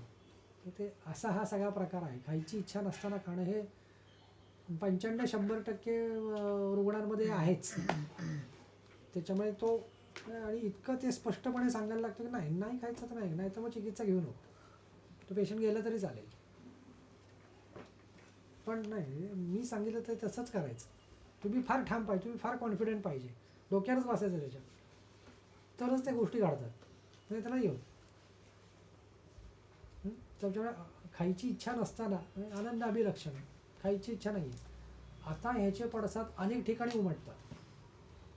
म्हणजे आनंद, आता फॉर एक्झाम्पल मी माझा फार मागासपासून मोह आवरून ठेवला आहे, तर ते व्याधीमध्येच घुसायला जातो मी. तर ठीक आहे, तर साधारण 356 पूर्वरूप किंवा लक्षण ह्या स्वरूपात कोशामध्ये सांगितलेले आहेत. आनंद अभिलक्षण कुठे कुठे पाहायला मिळू शकतं, तर ते पूर्वरूप अवस्थेत असेल, रूप म्हणून असेल किंवा लक्षण स्वरूप असेल. 356 ठिकाणी आपल्याला ग्रंथांमध्ये बृहत्त्रयीमध्ये पाहायला मिळू शकतात आनंद अभिलक्षण. मग ते अन्न व स्रोताचं दृष्टीचं लक्षण आहे का अन्य कुठल्या स्रोताचं दृष्टीचं लक्षण आहे, हे आपल्याला ठरवून घेणं फार गरजेचं आहे. पण कॅटेगरी आता आनंद अभिलक्षण आपण अन्न व स्रोत लक्षण आहे, खायची इच्छा नसणे. अरोचन म्हणजे अरुची, काय तोंडाला काही चव नाही आहे, दॅट इज अरुची. हे पण रूप, पूर्वरूप आणि लक्षण या स्वरूपात ग्रंथामध्ये अनेक ठिकाणी हे सांगितलं गेलेलं आहे. ह्याच्यामध्ये जवळपास 450 रेफरन्सेस आहेत अरुचीचे. तर ते प्रत्येक त्या व्याधीनुसार बघावे लागते, ते त्या व्याधीमध्ये मी जात नाही. छर्दी म्हणजे वमन होणं, हे अन्न व स्रोताचा दृष्टीचं एक लक्षण आहे. आणि अविपाक, खाल्लेल्या आहाराचं पचन न होणे, हे पण आपल्यालाच ठरवावं लागतं रुग्णाच्या बाबतीत. रुग्ण काही सांगू शकत नाही. जेवण पचतं का, हा प्रश्न पचतं का म्हणजे तिथूनच सुरुवात होते. हा प्रश्न कशासाठी विचारला आणि म्हणजे नक्की काय अभिप्रेत आहे आपला, तर हे आपल्यालाच ठरवावं लागतं की ह्याचं अन्न पचलंय की नाही. म्हणून आपल्या पुढच्या आणखीन 8 प्रश्न विचारावे लागतात. मग त्या सापेक्षतेने तो कुठल्या सापेक्षानं ते लक्षण घेऊन आला आहे, मग ते खरंच अन्न पचत नाही हे आपल्याला ठरवायचं असतं. अविपाक म्हणजे आणखीन मी त्याच्यापुढे आता त्या अवस्थापाकात जात नाही, म्हणजे आणखीन वेगळा विषय परत चालू होतो. निष्ठापाकात वगैरे असल्या ह्याच्यात मी काही जात नाही. तर हे 4 लक्षणं आहेत दृष्टीची. हे स्त्रोतसरोधजन्य काय चिकित्सा अंतर्गत स्त्रोतस दृष्टीची लक्षणं झाली. मग पुढे आता मी स्त्रोतसमूलविद्य लक्षणात चाललो, धन्वंतरी संप्रदायाने सांगितलेल्या. आदमान, उदरे वायो अतीव संशय अनिलपूर्णात, हे आदमानाचं लक्षण काय चिकित्सा अंतर्गत आहे. ठीक आहे. उदरे वायो अतीव संचयाः अनिलपूर्ण. सुश्रुतामध्ये काय निदान स्थानात वात निरोधेन यदा उदरम अतीव आदमातम अति उग्ररुजम स आटपम च भवति तम आदमानमिति विद्यात. म्हणजे सुश्रुताच्या आदमानामध्ये रुजा आहे, काय चिकित्सेच्या अंतर्गत आदमानामध्ये रुजा नाही. म्हणजे आता इथे आदमान विथ रिस्पेक्ट टू भेद, विथ रिस्पेक्ट टू विद्ध, स्त्रोतसमूल विद्ध झाल्यानंतर उत्पन्न होणार आदमानामध्ये आघात आहे, त्याच्या म्हणजे शूल होणारच आहे. पण सुश्रुतामध्ये आदमानाला तिथे रुजा अपेक्षित आहे, काय चिकित्सा अंतर्गत रुजा अपेक्षित नाही. म्हणजे हे स्पेसिफिकेशन्स आपण फार आपल्या केस पेपरवर आदमान आटोप अगदी फार किरकोळीत लिहितो, किंवा अपान अनुलोमन असं फार किरकोळीत लिहितो. तर अपानाचं अनुलोमन झाल्यानंतर पेशंट मृत्यूच पावणार. आपण केस पेपरवर लिहितो, मी तुझ्याकडे बघते म्हणजे आपण पुनर्वसूत लिहितो असं नाही आहे केस पेपर. तर अपान अनुलोमन पेशंटचं योग्य रीतीने झालं तर अपान हा तिकडे म्हणजे तो त्याचं अनुलोमन जर झालं बाहेर तर मृत्यू येणार. तर तिथे जर काही वाताचं बहिर्गमन अपेक्षित आहे ते दुष्ट स्वरूपातल्या किंवा मनस्वरूप वायूचं निर्गमन अपेक्षित आहे अपानाच्या स्थानातून. प्रत्यक्ष अपानाचं निर्गमन नाही, हे लक्षात ठेवा. म्हणजे एवढी लूज ती कुठल्याही गोष्टी आपण केस पेपरवर लिहायच्या नसतात. अपान अनुलोमन सम्यक झालं, हे सम्यक होऊ शकत नाही. अपानाचं अनुलोमन झालं म्हणजे मृत्यू झाला, हे लक्षात घ्या. तर ते दूषित किंवा मलस्वरूप वायूचा संचार तिथे झालेला आहे पक्वाशामध्ये किंवा दुधामध्ये, त्याचं तिथून निसरण झाल्यानंतर मग ते लिहा. मलस्वरूप किंवा किट्टस्वरूप वायूचं निर्गमन झालं, अपान निर्गमन. तद्वत इथे तो आदमान आहे. म्हणजे रुजा विरहित हा काय चिकित्सा जर का रुजासहित हा विद्ध लक्षणामध्ये त्यांनी दिलेला आहे. अन्नद्वेष, कंटाळा किंवा अन्न नकोसे वाटणे. त्याच्यापुढे शूल, छर्दी, अंध्य आणि मरण. मी मगाशी सांगितल्याप्रमाणे स्तोत्रसमूल विद्य लक्षणामध्ये त्यांनी अंध्य, मरण, पिपासा, छर्दी आणि शूल. त्याच्यामध्ये शूल ओके डेफिनेटली पाहायला मिळू शकेल, छर्दी पण पाहायला मिळणार आहे. अंध्य आणि मरण हे काय काय ठरवताना फार प्रॉब्लेमॅटिक सिच्युएशन क्रिएट होते. ठीक आहे, त्याला ते विद्य लक्षण म्हणजे तिथे आघातच आहे. ह्याच्यासाठी मग काय तर कोष्ठभेदाची लक्षणं दिलेली आहेत सुश्रुतांनी. इकडं समोर सुश्रुत आहे का तुमच्याकडे? नाही आहे. ठीक आहे. तर चिकित्सासन अध्याय 2 मध्ये कोष्ठविद्याची लक्षणं आहेत.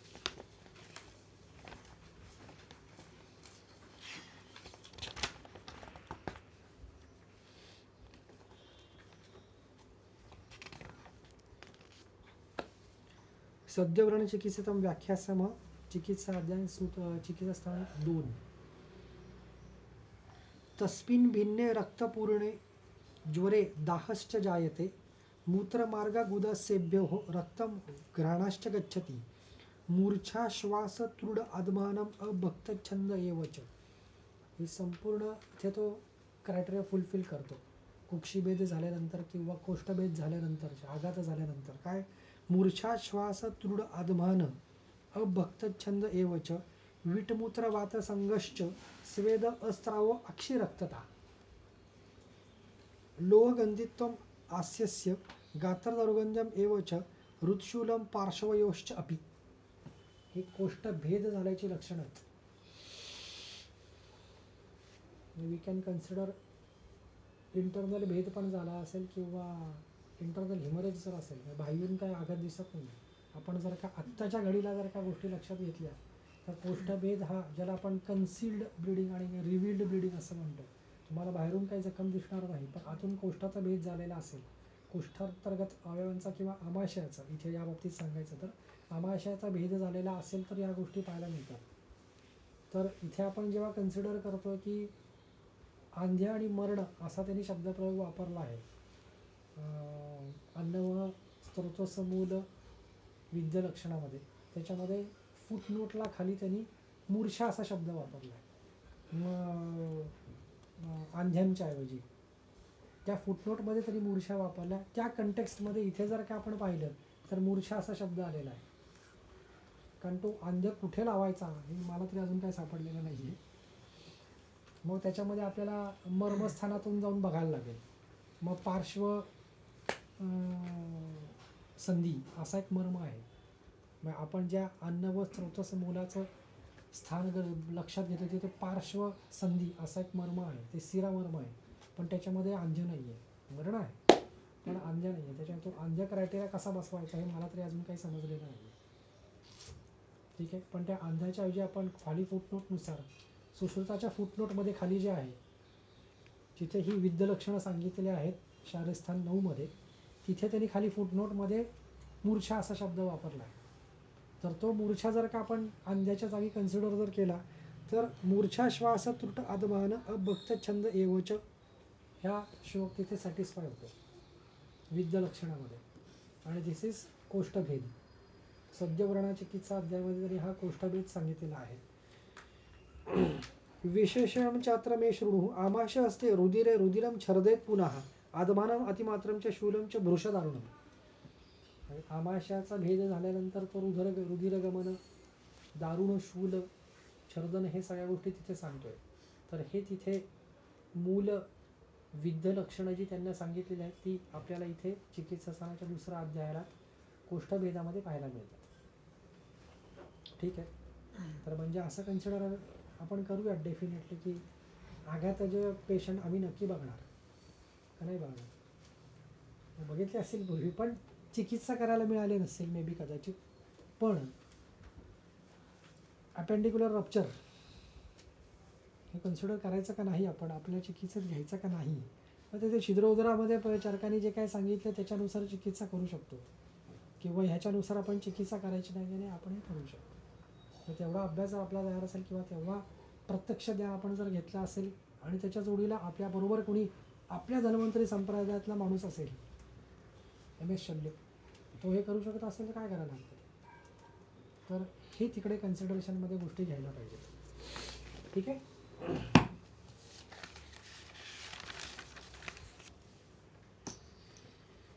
सामान्य दृष्टी लक्षणं आता मी घेऊयात. हा श्लोकही तुम्हाला माहिती आहे. अतिप्रवृत्ती संगवा शीरणम ग्रंथ पिवा विवार्ग गमनम चापी स्त्रोतसम दृष्टी लक्षणं. अतिप्रवृत्ती स्त्रोत वहेस रसादे बोद्धव्या. बहिर्मुख स्त्रोतस असल्याने तसा फार प्रॉब्लेम येणार नाही. ज्यावेळेला आपण अतिप्रवृत्त ह्या लक्षणं पाहतोय त्यावेळेला बहिर्मुख स्त्रोतस किंवा ज्या स्त्रोतसांना मुख आहेत, बहिर्मुख स्त्रोतस म्हणजे प्राणव स्त्रोतस आहे किंवा अन्नव स्त्रोतस आहे किंवा पुरुषव स्त्रोतस आहे किंवा मूत्रव स्त्रोतस आहे, यांना बाहेर जायला किंवा आत यायला काहीतरी मार्ग आहेत. त्याच्यामध्ये अतिप्रवृत्ती समजून घेणं तसं सोपं आहे. बट धातूंमधले जे काही स्त्रोतस आहेत की ज्यांना बहिर्मुखत्व नाही, त्याचा अतिप्रवृत्ती समजून घेणं हे थोडंसं जरा क्रिटिकल आहे. मग त्याची लक्षणं ती त्या आजूबाजूच्या स्रोतसांवर किंवा उपधातूंवर किंवा त्यांच्या मलांवर पाहायला मिळतील, ती आपण समजून घेणं हे अतिप्रवृत्ती धातूंच्या बाबतीत अतिप्रवृत्ती लक्षात घेणं गरजेचं आहे. मग त्याची लक्षणं उपधातूंवर त्यांच्या उपधातूंवर आणि त्यांच्या मलांवर पाहायला मिळतात, कारण तेच बाहेर पडणार आहेत. धातू तर काय बाहेर पडणार नाही आहेत. लक्षात येत आहे का नाही. म्हणजे पुरुष व स्त्रोतसामध्ये अतिप्रवृत्ती झाली तर कळेल, मूत्र व स्त्रोतसामध्ये अतिप्रवृत्ती संघर्ष ह्या गोष्टी कळू शकतील अतिप्रवृत्तीतल्या. पण धातुघटित जे स्त्रोतस आहेत किंवा धातूंचं वहन करणारा किंवा पोषक धातूंचं वहन करणाऱ्यांची अतिप्रवृत्ती कशी समजून घ्यायची, तर ते त्यांच्या होणाऱ्या उपधातूंपासनं जी लक्षणं पाहायला मिळतील किंवा धात्वाग्नी मांद्यजनित गोष्टी ज्या असतील, धात्वाग्नी मांद्यजनित गोष्टी ह्या निदान स्थानाची मधु टीका जी आहे त्याच्यामध्ये आहे. धात्वाग्नी मांद्यजनित सामावस्था हे तिथे आहे. म्हणजे मेधसल्याची चिकित्सा सांगता धात्वाग्नी मांद्यजनित सामावस्था हे तिथे त्या टीकेमध्ये त्यांनी दिलेलं आहे. तर धातूंच्या बाबतीत अतिप्रवृत्ती सांगायचं जर झालं असेल तर आपल्याला ती उपधातू आणि मलांच्या बाबतीत समजून घेणं गरजेचं आहे. संघ अवरोध त्या वहन होणाऱ्या ह्याच्यामध्ये काही संघ उत्पन्न झाला किंवा अवरोध उत्पन्न झाला तर तो संघ असेल. स्त्रोतसाम ग्रंथी ही पुन्हा अवरोधात्मक संप्राप्ती आहे इथे. त्याच्या ह्या 3 गोष्टींच्या पुढे न जाता मी डायरेक्टली विमार्ग गमन असा एक शब्द आहे त्याच्यामध्ये विमामार्गच्या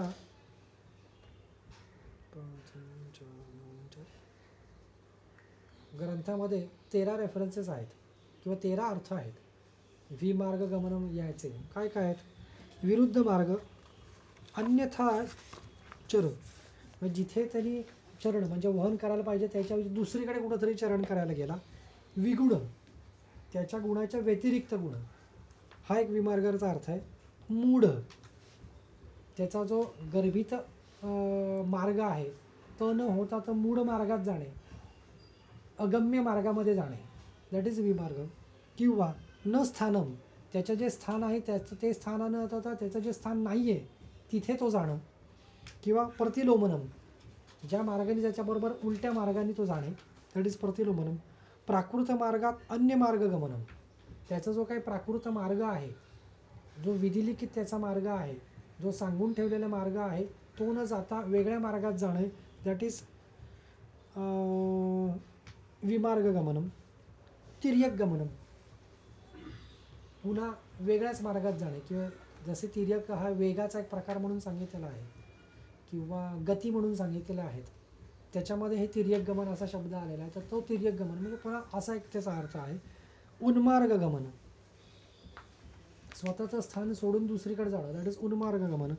विहित मार्गान अगमनम, त्याच्या जे सांगितलेले मार्ग आहे ते सोडून दुसऱ्या मार्गात जाणं.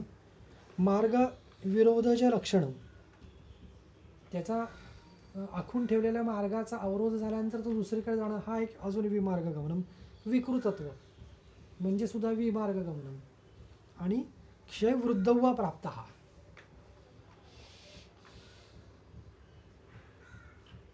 म्हणजे त्या विमार्ग गमनम म्हणजे तो एक तर क्षय पावणं किंवा वृद्धी पावणं. म्हणजे जे काही 3 गती सांगितलेल्या आहेत त्याच्यामध्ये क्षयस्थानमच्या वृद्धींच अशा 3 शब्द आहेत. तर क्षय ही एक गती आहे आणि वृद्धी पण एक गती आहे. आणि स्थान, इथे स्थान म्हणजे कुठलंही स्ट्रक्चर नाही किंवा जागा नाही आहे. स्थान म्हणजे मान आहे असा शब्द आहे. म्हणजे सूत्रस्थान अध्याय 20 मध्ये हे जे काही 3 गती आलेल्या त्याच्यामध्ये क्षय स्थानमच्या वृद्धीच्या दोषाणाम त्रिवेदा गती, त्याच्यामध्ये स्थानाचं खाली चक्करपाणी टीकेमध्ये सांगत असताना इट इज अ मान, त्या दोषांचं मान ही एक गती आहे. त्याची मान म्हणजे परिणाम किंवा स्ट्रक्चर आपण काय म्हणू की प्रमाणात जेवढं सांगितलं त्याच्यामध्ये डेव्हिएशन झालं की त्याची गती आहे, हे ते स्थान आहे. पण अष्टांग हृदयकारांनी जे काही विमार्ग गमन आपली दृष्टीलक्षण किंवा सूत्रस्थान अध्याय 12 मध्येच्या टीकामध्ये त्यांनी विमार्ग गमन म्हणजे अन्य स्थान गमन असं सांगितलं. स्थानात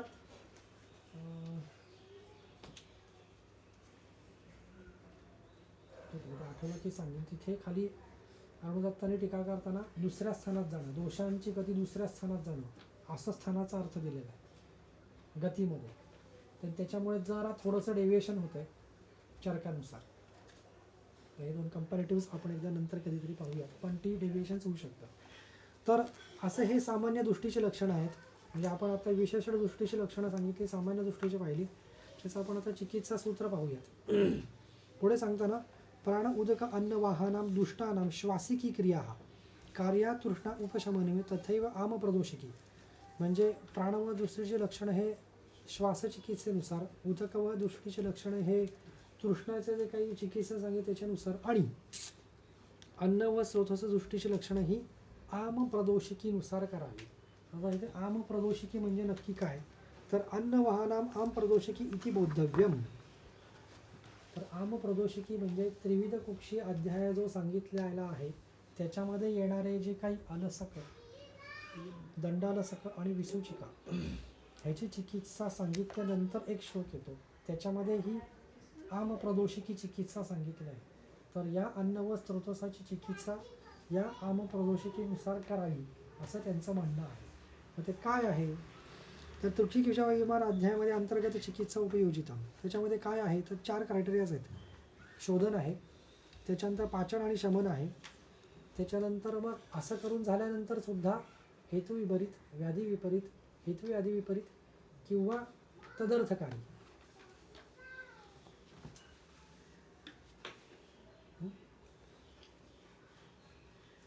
हेतुअर्थकारी किंवा त्याच्या विपरीत चिकित्सा करावी असे 6 क्रायटेरियाज आहेत तिथे. आणि त्याच्यासाठी पहिल्यांदा आधी शोधन आहे. म्हणजे तो तुम्ही त्रिविध कुक्ष अध्याय जर का तुमच्या समोर ठेवला तर त्याच्या सूत्रामध्ये ते आहे. चरक आहे का पुढे, चरक आणत नाही का आपण इथे, चरक ठेवत नाही का आपण इथे, ठीक आहे. म्हणजे असायलाच पाहिजे असं काही नाही आहे. त्रिविध कुक्ष विमान व्याख्यासनामध्ये त्यांनी दुसऱ्या पानावर तत्र साध्यम आमम प्रदुष्टम अलसीभूतम उल्लेखयेत आदौ पाययित्वा सवलमम उष्णम वारी. म्हणजे आता ते परत आलसक, दंडालसक आणि विसूचिका ह्याच्यामध्ये जात नाही, पण तत्र साध्यम अमम प्रदुष्टम अलसीभूतम उल्लेखयेत आदौ. उल्लेखयेत आदौ म्हणजे वमन करावं. कसं करावं, लवळजण पान करून त्याचं हे करावं. कुठेही त्यांनी स्नेहन करावं, मग स्वेदन करावं, मग उत्क्लेशाची लक्षण बघा. काही अशुकारी अवस्था आहे. आलसक, दंडालसक आणि विसूचिका या अशुकारी अवस्था आहेत.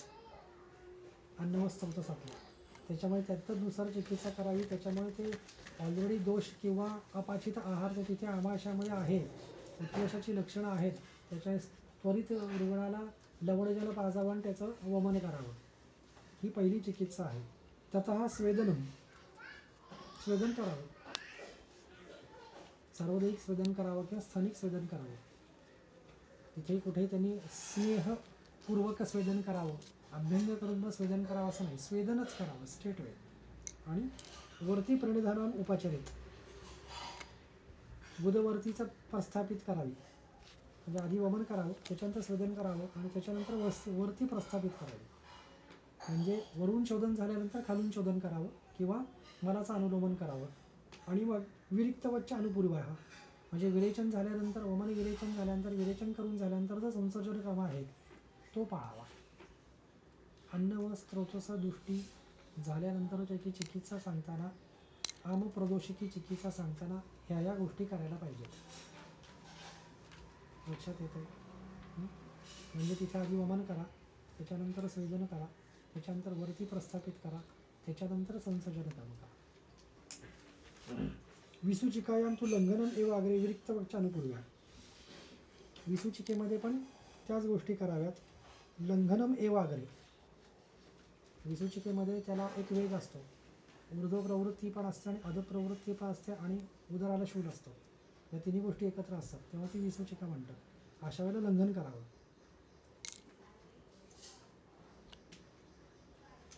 अतिलंघनामध्ये पण एक पार्श्वशूल अशी गोष्ट आलेली आहे, म्हणजे ती पार्श्ववेदना अतिलंघित होणार नाही तिथपर्यंत लंघन करायचं. कारण आपण अन्न व स्रोतसाशी निगडीत आहोत. अन्न व मूलाचं स्रोताचं वामपार्श्व आहे, त्याच्यामुळे त्या पार्श्वशूल येईपर्यंत लंघन न करणं, म्हणजे अतिलंघन न करता लंघन करून विसूचिकेची चिकित्सा करावी, म्हणजे अन्न व स्रोतसाची चिकित्सा करावी.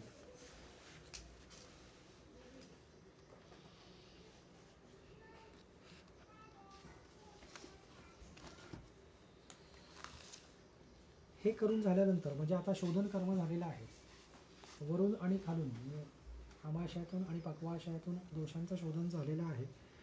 आणि असं असताना प्रथम आहार घेतल्यानंतर द्वितीय आहार काल आला, द्वितीय बुभुक्षा काल आला, संध्याकाळची वेळ आली आणि पेशंटला जर का अजूनही उदरगौरव आहे किंवा आमाशयस्थित दोष अजूनही जर का शिल्लक असतील आणि पेशंटला भूक लागलेली असेल, म्हणजे आधीचा आहार घेतलेला असेल पण तरीसुद्धा अजून आमाशय किंवा उदरादी गौरव अवस्था असतील, मग शेष दोष पाचनार्थ पाचन चिकित्सा करावी. समजा दुसऱ्या आहार कालामध्ये सुद्धा सकाळचा आहार जीर्ण झालेला नसेल, आता तुम्हाला आहार द्यायचा असेल तर आधी पाचन करावं, नाहीतर मग शमन करावं. तर तो बुभुक्षा काल लक्षात घेऊन अन्नाचं आधी पचन झालेलं आहे किंवा नाही, किंवा तिथे अजूनही आमाशयात दोष लिप्त आहेत किंवा नाही, दोष पूर्णतः लघु झालेला, आमाशय पूर्णतः लघु झालेला आहे किंवा नाही, या गोष्टी लक्षात घेऊन तिथे पाचन करावं किंवा शमन करावं. ही पुढची चिकित्सा त्यांनी सांगितलेली आहे. म्हणजे शोधन झालं, ऊर्ध्व शोधन झालं, त्याच्यानंतर औषधं द्यायची वेळ आली, पण मग जर का आहार पचन झालेला नसेल तर काय करावं, तर पाचन करावं. समजा आहार पचन झालेला असेल तर शमन करावं, पचन झालेला नसेल तर पाचन करावं. ठीक आहे, कारण अशा कन्सिडरेशनमध्ये तो अग्नी इतका दुर्बल झालेला असतो. मग लंघन करण्यासाठी काय क्रायटेरिया आहे, तर तो अग्नी इतका मंद झालेला असतो किंवा इतका दुर्बल झालेला असतो की अशा वेळेला औषध पण देऊ नये. का देऊ नये, तर अशा अवस्थेत औषध, आहार आणि आधीचा दोष या तिघांचं तो एकत्रित पाचन करू शकत नाही. म्हणून ही अवस्था लक्षात घेऊन आपल्याला लंघन करायचं का औषध देऊन चालेल, का औषध न देता केवळ लंघन कर ठेवावं, का शमनार्थ पुढच्या काही गोष्टी कराव्यात, ही क्रायटेरिया तुम्ही लक्षात घेणं फार गरजेचं आहे. हाच एक्झॅक्टली रेफरन्स ज्वर चिकित्सा अध्यायामध्ये पण आलेला आहे. मला का तुम्हाला ज्वर चिकित्सा झालेली ना ज्वर अध्याय कोणीतरी चाललं तर त्याच्यामध्ये कदाचित येईल. म्हणजे शोधन करून झाल्यानंतर अथवा किंवा शोधन न करता सुद्धा दोष लिप्त आहेत किंवा नाही आहेत हे पाहून शमन करावं का पाचन करावं, हे त्या त्या अवस्थेनुसार ठरवावं. सेम क्रायटेरिया इथे पण आलेला आहे. म्हणजे शोधन न करता म्हणा किंवा शोधन म्हणजे उपस्थित दोष असेल तर तुम्ही शोधन करणारच आहे. ते शोधन करून झाल्यानंतर मग अग्नीचं लक्षात घेऊन किंवा लिप्तता, दोषांची लिप्तता आमाशयात लक्षात घेऊन अथवा अजून पुढे लंघन चालू ठेवावं का, ते समजा पचन झालं असेल तर पाचन औषधी पुढे द्यावायची किंवा शमन करायचं, हे त्या त्या अवस्थेनुसार हे पुढची चिकित्सा त्यांनी पुढे सांगितलेली आहे. ठीक आहे. हे करून सुद्धा जर का पुन्हा दोष प्रस्थापित असतील किंवा पुन्हा विकार प्रस्थापित होत असेल अन्न व स्रोतसातील, मग तुम्हाला हेतू विपरीत चिकित्सा, व्याधी विपरीत चिकित्सा किंवा हेतू व्याधी विपरीत चिकित्सा किंवा तदर्थकारी चिकित्सा करणं गरजेचं राहील. शेवटच्या स्टेज, पुढच्या स्टेजमध्ये शोधन झालं, तुमचं लंघन करून झालं, संसर्गन कर्म करून झाला, पाचनही देऊन झालं, त्याच्यानंतर शमनही देऊन झालं, हे सगळे फुलफिल करून झाल्यानंतर सुद्धा अजूनही अन्न व स्रोतसामध्ये जर का तुम्हाला दोषदृष्टीची किंवा लिप्त दोषांची किंवा सामाची लक्षणं दिसत असतील तर मग हेतू लक्षात घेऊन त्याच्या विपरीत चिकित्सा करा किंवा मग व्याधी लक्षात घेऊन व्याधी विपरीत चिकित्सा करा किंवा दोघांची लक्षात घेऊन म्हणजे हेतू किंवा व्याधी या दोन्हीची घेऊन तदर्थकारी चिकित्सा करा. म्हणजे मग तिथे कुठेतरी अन्य स्रोतसांचा किंवा अन्य स्रोतसांची संलग्नता त्याला लागलेली असण्याची शक्यता आहे. म्हणजे शोधन, शमन, पाचन, शोधन, लंघन, संसर्जन कर्म, पाचन आणि शमन ही क्रायटेरिया फुलफिल झाल्यानंतरही सुद्धा अन्न व स्रोतसामध्ये तुम्हाला अजूनही दृष्टीची लक्षणं पाहायला मिळत असतील तर मग असा पॅरामीटर लक्षात घ्यायला पाहिजे, कदाचित अन्य स्रोतसांचं तिथं काहीतरी संलग्नता लक्षात घेऊन किंवा दोष प्राबल्य लक्षात घेऊन किंवा संकरता लक्षात घेऊन त्या त्या गोष्टीनुसार मग चिकित्सा आपल्याला करणं गरजेचं राहील. आलं का लक्षात? नक्की. ठीक.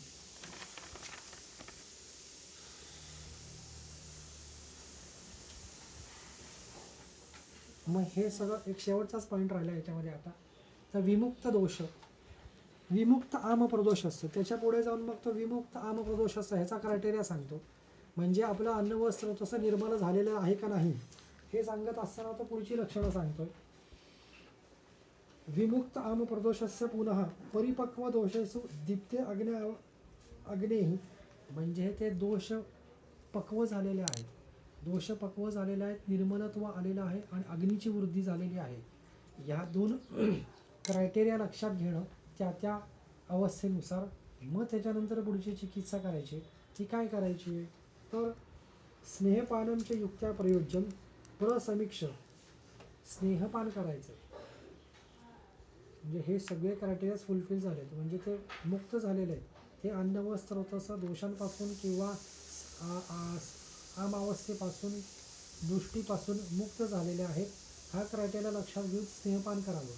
कसं स्नेहपान करावं तर प्रसमीक्ष, काय पाहावं तर दृश्यम द्वेषम बलम कालम व प्रकृती अवस्थाचे पृथक विधा, म्हणजे दशविध परीक्षा आपण करतो ती करून, म्हणजे दोष भेषज देश काल बल शरीर आहार सात्म्य सत्व प्रकृती वय सामावस्थांतर आणि विकारांश सम्यक इति, म्हणजे हे सगळे क्रायटेरियाज लक्षात घेऊन म्हणजे दशविध परीक्षा करून त्या रुग्णाची परीक्षा करून मग स्नेहपान करावं.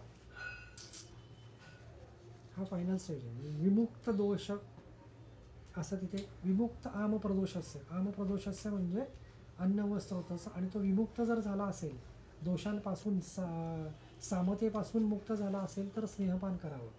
का करावं तर ते चक्रपाणी खाली सांगतो. मुक्त आम प्रदोषस्य इत्यादीना अभ्यंगादी विधिना व्याधीजनित अतिदौर्बल्यादी दोष प्रशमनार्थम. का स्नेहपान करायचं तर त्या अन्न व स्रोतसाला जे दुर्बलता आलेली असेल, कोणामुळे, दृष्टी लक्षणांमुळे म्हणा किंवा अलसकामुळे म्हणा किंवा दंडालसकामुळे म्हणा किंवा विसूचितेमुळे म्हणा, जे काही त्याला दौर्बल्य आलेलं असेल ते अन्न व स्रोतस पुन्हा मूळ स्थापित करावं. या स्थापित करण्यासाठी म्हणून स्नेहपानाचा उपयोग करावा. मग त्याच्यानुसार हेतू आणि काय घडलेले आहेत, रुग्णाचं धातुबल काय आहे हे पाहून कुठलं स्नेह आपण वापरावं हे त्या त्या अवस्थेनुसार रुग्णानुसार ठरेल. ह्या ठिकाणी तुमची संपूर्णतः चिकित्सा संपते.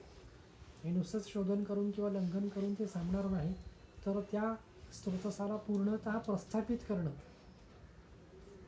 ह्याच्यासाठी म्हणून पुढचं स्नेहपान गरजेचं आहे. आणि त्याच्यासाठी मग अग्निप्रदीप्त होणं आणि परिपक्व दोषत्व असणं हे गरजेचं राहील. मग ते अन्न व स्रोतसाच्या बाबतीत वेगळं राहील, प्राण व स्रोतसाच्या बाबतीत वेगळं राहील, उदक व स्रोतसाच्या बाबतीत वेगळं राहील. ते स्नेहपान त्या त्या अवस्थेनुसार त्या त्या स्रोतसामध्ये करणं गरजेचं राहील. ठीक आहे, लक्षात आलं? चिकित्सा पण लक्षात आली. ॲक्च्युली मला ह्याच्यामध्ये थोडंसं हे आपण सगळे आत्तापर्यंत शिकलेलो आहोत, ह्याचा प्रॅक्टिकल अप्रोच थोडासा मला जरा शारीरनुसार सांगायचा होता. म्हणजे काय, तर आमाशय म्हणजे नक्की काय, वामपार्श्व म्हणजे नक्की काय, आमाशी संकल्पना म्हणजे आमाशयाची संकल्पना कुठपर्यंत घ्यावी. मग प्राण व स्रोतसामध्ये महास्त्रोत असा शब्द आलेला आहे. तो महास्त्रोत आणि अन्न व स्रोतसातला आमाशय म्हणजे नक्की दोन गोष्टी वेगळ्या आहेत का? ह्या दोन गोष्टी लक्षात घेऊन आपण आपल्या प्रॅक्टिसमध्ये दवाखान्यामध्ये बसलं पाहिजे.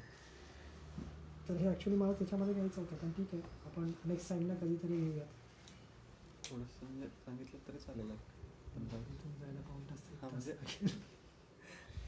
तर ती क्रायटेरिया मला घेणं अपेक्षित होतं. थोडंसं फक्त मी इंट्रोडक्शन करून जातो. म्हणजे महास्त्रोतस याचा सर्वांग सुंदर वाक्यामध्ये आम पक्वाशय असा स्पष्ट उल्लेख आहे टीकाकारांनी दिलेला. महास्त्रोत म्हणजे काय? बट 20व्या अध्यायातले सर्वात जवळचे जे टीकाकार आहेत ज्योतिषचंद्र सरस्वती, त्यांनी महास्त्रोतसाचा उल्लेख करत असताना त्यांनी त्याचा उहापोह केलेला आहे आणि त्यांना फुफ्फुसामध्ये घातलं आहे. म्हणजे त्याच्यावर 20व्या शतकापर्यंत नॅचरली अर्वाचीन शास्त्राचा पगडा टीकाकारांवर आलेला होता. त्याच्यामुळे कदाचित ते फुफ्फुसापर्यंत पोचले असतील. आणि प्राण व स्रोतस मूल हृदयमूलम महास्त्रोतस असा जो शब्दप्रयोग आला आहे त्याच्यामध्ये हृदय आहे, त्याच्यामध्ये उरस्थच हृदय आहे. आणि मग तो आमपक्वाशय घ्यायचं का फुफ्फुस घ्यायचं? कारण हे फक्त ज्योतिषचंद्र सरस्वती हे 20व्या शतकातले टीकाकार आहेत, त्यांनी फक्त हे उहापोह करून सांगितलेलं आहे. पण अरुणदत्तांनी स्पष्टपणे आमपक्वाशय असा उल्लेख केलेला आहे, म्हणजे आमाशय आणि पक्वाशय. मग ह्याचा अर्थ अन्न व स्रोतसाचं आमाशय आणि प्राण व स्रोतसातलं महास्त्रोत हे दोघंही ओव्हरलॅपेट आहेत. ती संकल्पना वेगळी आहे का, ही संकल्पना वेगळी आहे का, दोन्ही एकत्रच आहेत का, त्याच्यामध्ये काही डिमार्केशन्स आहेत का? महास्त्रोतस म्हणजे आमाशय पक्वाशय आणि अन्न व स्रोतसातला आमाशय या दोन्ही ओव्हरलॅप्ड आहेत. मग त्याचं डिमार्केशन कुठे कट ऑफ झालं पाहिजे, ह्या दृष्टिकोनातून जेव्हा आपण आपल्या दवाखान्यामध्ये किंवा रुग्णालयामध्ये पेशंट ॲडमिट करताना जेव्हा चिकित्सा करू, तेव्हा ह्याच्या संलग्न ह्या गोष्टी लक्षात घ्याव्या लागतात. मग ते शरीर, ते आमाशय शरीर म्हणजे काय? मग पुन्हा चक्रपाणीला ऊर्ध्व आमाशय अधो आमाशय अपेक्षित म्हणजे नक्की काय? मग ते अधो आमाशय कुठपर्यंत न्यायचं? मग शोधन स्वरूप आपल्याला जेव्हा आपण वमन करतो तेव्हा पित्त पडणं अपेक्षित आहे. पण ते पित्त पडणं अपेक्षित आहे म्हणजे ते कुठलं पित्त पडणं अपेक्षित आहे? तर त्याचं म्हणणं की आमाशय अधो आमाशयातलं पित्त पडणं अपेक्षित आहे, आमाशयातलं नाही, अधो आमाशयातलं. मग ते पित्त कसं असायला पाहिजे? मग ते कसं आलं पाहिजे? तर कटुरसात्मक असायला पाहिजे, कारण ते प्राकृत अच्छ पित्त आहे. त्याची सामावस्था असेल तर ते वेगळं काहीतरी स्वरूप धारण करेल. हे चक्रपाणीने लिहिलेलं आहे सर. मी कदाचित मी मागच्याला सांगितलेलं आहे पुनर्वसूमध्ये ते पण होती ना, हां तेच बरोबर. ह्या तुम्ही ते बोलताना सांगितलं झालं होतं.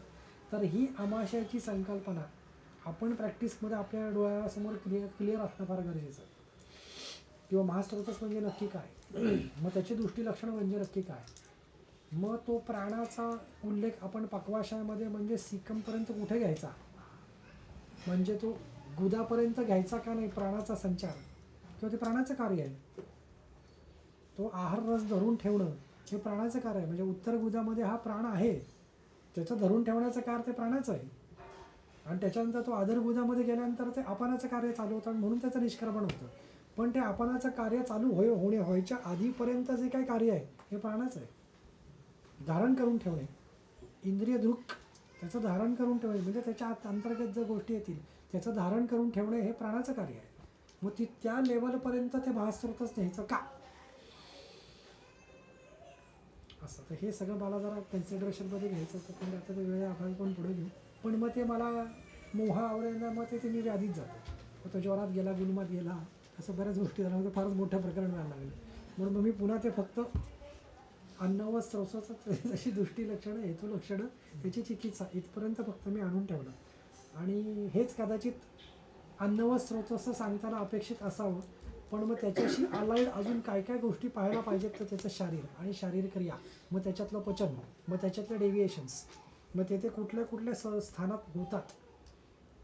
प्रथम अवस्था पाक उदळ अमाशयामध्ये होतो, आणि द्वितीय अवस्था पाक हा अधोआमाशयात होतो. म्हणजे नक्की कुठे होतो. मग ग्रहणी पाहत असताना, पित्तची ग्रहणी पाहत असताना आणि अधोग आम्ल पाहत असताना याचं डिमार्केशन कसं करायचं. पित्ताच्या ग्रहणची लक्षणं आणि अधोग आम्ल पित्ताचे लक्षण एकच आहेत. ग्रंथात दिलेलं नाही आहे, योगरत्नाकरामध्ये अधोग आम्ल पित्ताची लक्षणं. मग आपण कसं ठरवायचं दोन्हीपैकी काय आहे. मग त्यावेळेला अरे ते ग्रहणीचं स्थान नक्की काय आहे, पित्तधरा लखाला नक्की कुठे असते, मग कुठल्या पित्ताची दृष्टी होते, मग काय लक्षण असं क्रिएट होईल जेणेकरून आपल्याला कळेल की हे पित्तच ग्रहणी आहे आणि हे अधोग आम्ल पित्त आहे. हे त्यावेळेला कळेल ज्या वेळेला ह्या गोष्टी आपल्याला माहिती असतील. कारण एक क्रायटेरिया त्याच्यामध्ये डिफरन्सिएशन असतं. अधोग आम्लपित्तामध्ये शोधन झाल्यानंतर, म्हणजे द्रवमल प्रवृत्ती झाल्यानंतर उपशय मिळतो उदरात. पित्ताच्या ग्रहणीमध्ये शोधन झाल्यानंतर दौर्बल्य येतं. अधोग आम्लपित्तामध्ये तुम्हाला दौर्बल्य नाही ना, पेशंटला बरं वाटेल, काहीतरी बाहेर निघून गेलं. ऊर्ध्वग आम्लपित्तामध्ये छर्दन झाल्याशिवाय पेशंटला उपशय मिळत नाही. अधोग आम्लपित्तामध्ये तुम्हाला शोधन झालं पित्ताचं की पेशंटला बरं वाटतं. पण पित्ताच्या ग्रहणीमध्ये तसं वाटत नाही, पेशंटला दुर्बलता येते. कारण मुळातच ग्रहणीचा पेशंट हा दुर्बलच असतो. तर हे क्रायटेरियाज फुलफिल झाले पाहिजे. एवढे बारकाई जेव्हा पाहू, हे केव्हा पाहू, जेव्हा आपलं शरीर आणि शारीर क्रिया, म्हणजे मग आमाशय काय, पित्तधरा कला म्हणजे काय, अधोआमाशय म्हणजे काय, हे जोपर्यंत स्पष्ट होतं तोपर्यंत स्त्रोतसांचं एकमेकांमधली जी काही गुंतागुंत आहे ती तेवढी डिमार्केटली लक्षात येणार नाही. अर्थात अजूनही मला ती लक्षात येत नाही 20 वर्षानंतर, कारण ते फार बारकाईने सातत्याने अभ्यास करावा लागतो. तर एवढा सातत्याने बारकाईने अभ्यास लक्षात घ्या, करत राहा. तुमच्याकडे आत्ता तो वेळ आहे, सतत वाचन करणं चालू ठेवा. प्रत्येक वेळेला तुम्हाला नवीन काहीतरी डोक्यात संकल्पना येते. त्याच्यामुळे हे सातत्याने वाचत राहणं. हे जे काही सगळे गोष्टी सांगितलेल्या आहेत हे उगीच काहीतरी सांगितलेलं आहे, हे कुठं बघणार आपण, मॉडर्न चिकित्सेमध्ये कसं पाहणार, काही त्याचा रिलेशन लावायचा प्रयत्न करू नका. पण सातत्याने ग्रंथाचं वाचन चालू ठेवा, काय त्यांना अपेक्षित आहे. आणि सगळ्यात महत्त्वाची गोष्ट म्हणजे कधी एखादा वैद्यांकडनं तुम्हाला तंत्रयुक्ती समजून घेता आली तर ती समजून घ्या. मला येत नाही अजून, म्हणजे त्या त्या ठिकाणी तो अर्थ काय अभिप्रेत आहे हे कळतं. मग त्या अनुषंगाने ते हेच शब्द का वापरला आहे हे कळेल. त्याच्यासाठी मग जेव्हा केव्हा शक्य होईल तेव्हा तंत्रयुक्ती समजून घ्या, तेव्हा मलाही बोलावं. ज्यांच्याकडनं तुम्ही तंत्रयुक्ती शिकाल तेव्हा. म्हणजे माझ्या अंदाजे 21 सप्टेंबरपासून काहीतरी ऑनलाईन मित्रे सरांचं तंत्रयुक्तीचं लेक्चर चालू झालं आहे. तर ते नक्की तुम्ही अटेंड करा. जे काही समजेल ते आत्ता, ते जे काही सांगतील ते फक्त ऐकून घ्या आणि मग तसा विचार करायला सुरुवात करा. हे फार महत्त्वाची गोष्ट आहे. नाशिकचे एक वैद्य आहेत अभिजित सराफ, 1300 पानांचा थिसिस आहे त्यांचा, PhDचा तंत्रयुक्तीवर. अतिशय सुरेख थिसिस आहे. मित्रे सरांचा तर आहेच, MDचा काही वादच नाही आहे. पण त्याचा अक्षरशः एवढा मोठा ठोकळा आहे, एवढा 1300 पानांचा थिसिस आहे. आणि तो हातात घ्यायला म्हणजे अरे असं 2 हातांनी धरायला लागतो. तो असा वाचताच येत नाही, टेबलवरच ठेवायला लागतो तो. पण अतिशय उत्कृष्ट उहापोह केलेला आहे. तंत्रयुक्तीचा वापर करून शब्दाचा अर्थ त्या ठिकाणी कुठला घेऊ शकतो आपण, फार सुंदर आहे. तर ह्या सगळ्या गोष्टी तुम्ही वाचत राहा, सातत्याने वाचत राहा, तेव्हा ही संकल्पना कळू शकते. आणि जसं जसं आपण प्रॅक्टिसमध्ये जाऊ तसं तसं या गोष्टी आणखीन जास्त क्लिअर होत जातात. तर आय होप मी अजून म्हणजे आधी सांगितल्याप्रमाणे मी अकॅडमिशियन नसल्या कारणाने त्या गोष्टी क्लिनिकली मी जरा जास्त पाहायचा प्रयत्न करतो. की क्लिनिकमध्ये मला काय ह्याचं कसं पाहायला पाहिजे या दृष्टिकोनात तुम्ही जास्त सांगितलं त्यानुसार मला कदाचित फारसं सांगता आलं नसेल बट स्टील त्याच्यानुसार त्या स्रोताचं अध्यायानुसार आहे पण I will be more interested in telling regarding शारीर आणि क्रिया विथ रिस्पेक्ट टू अन्य स्रोतस ओके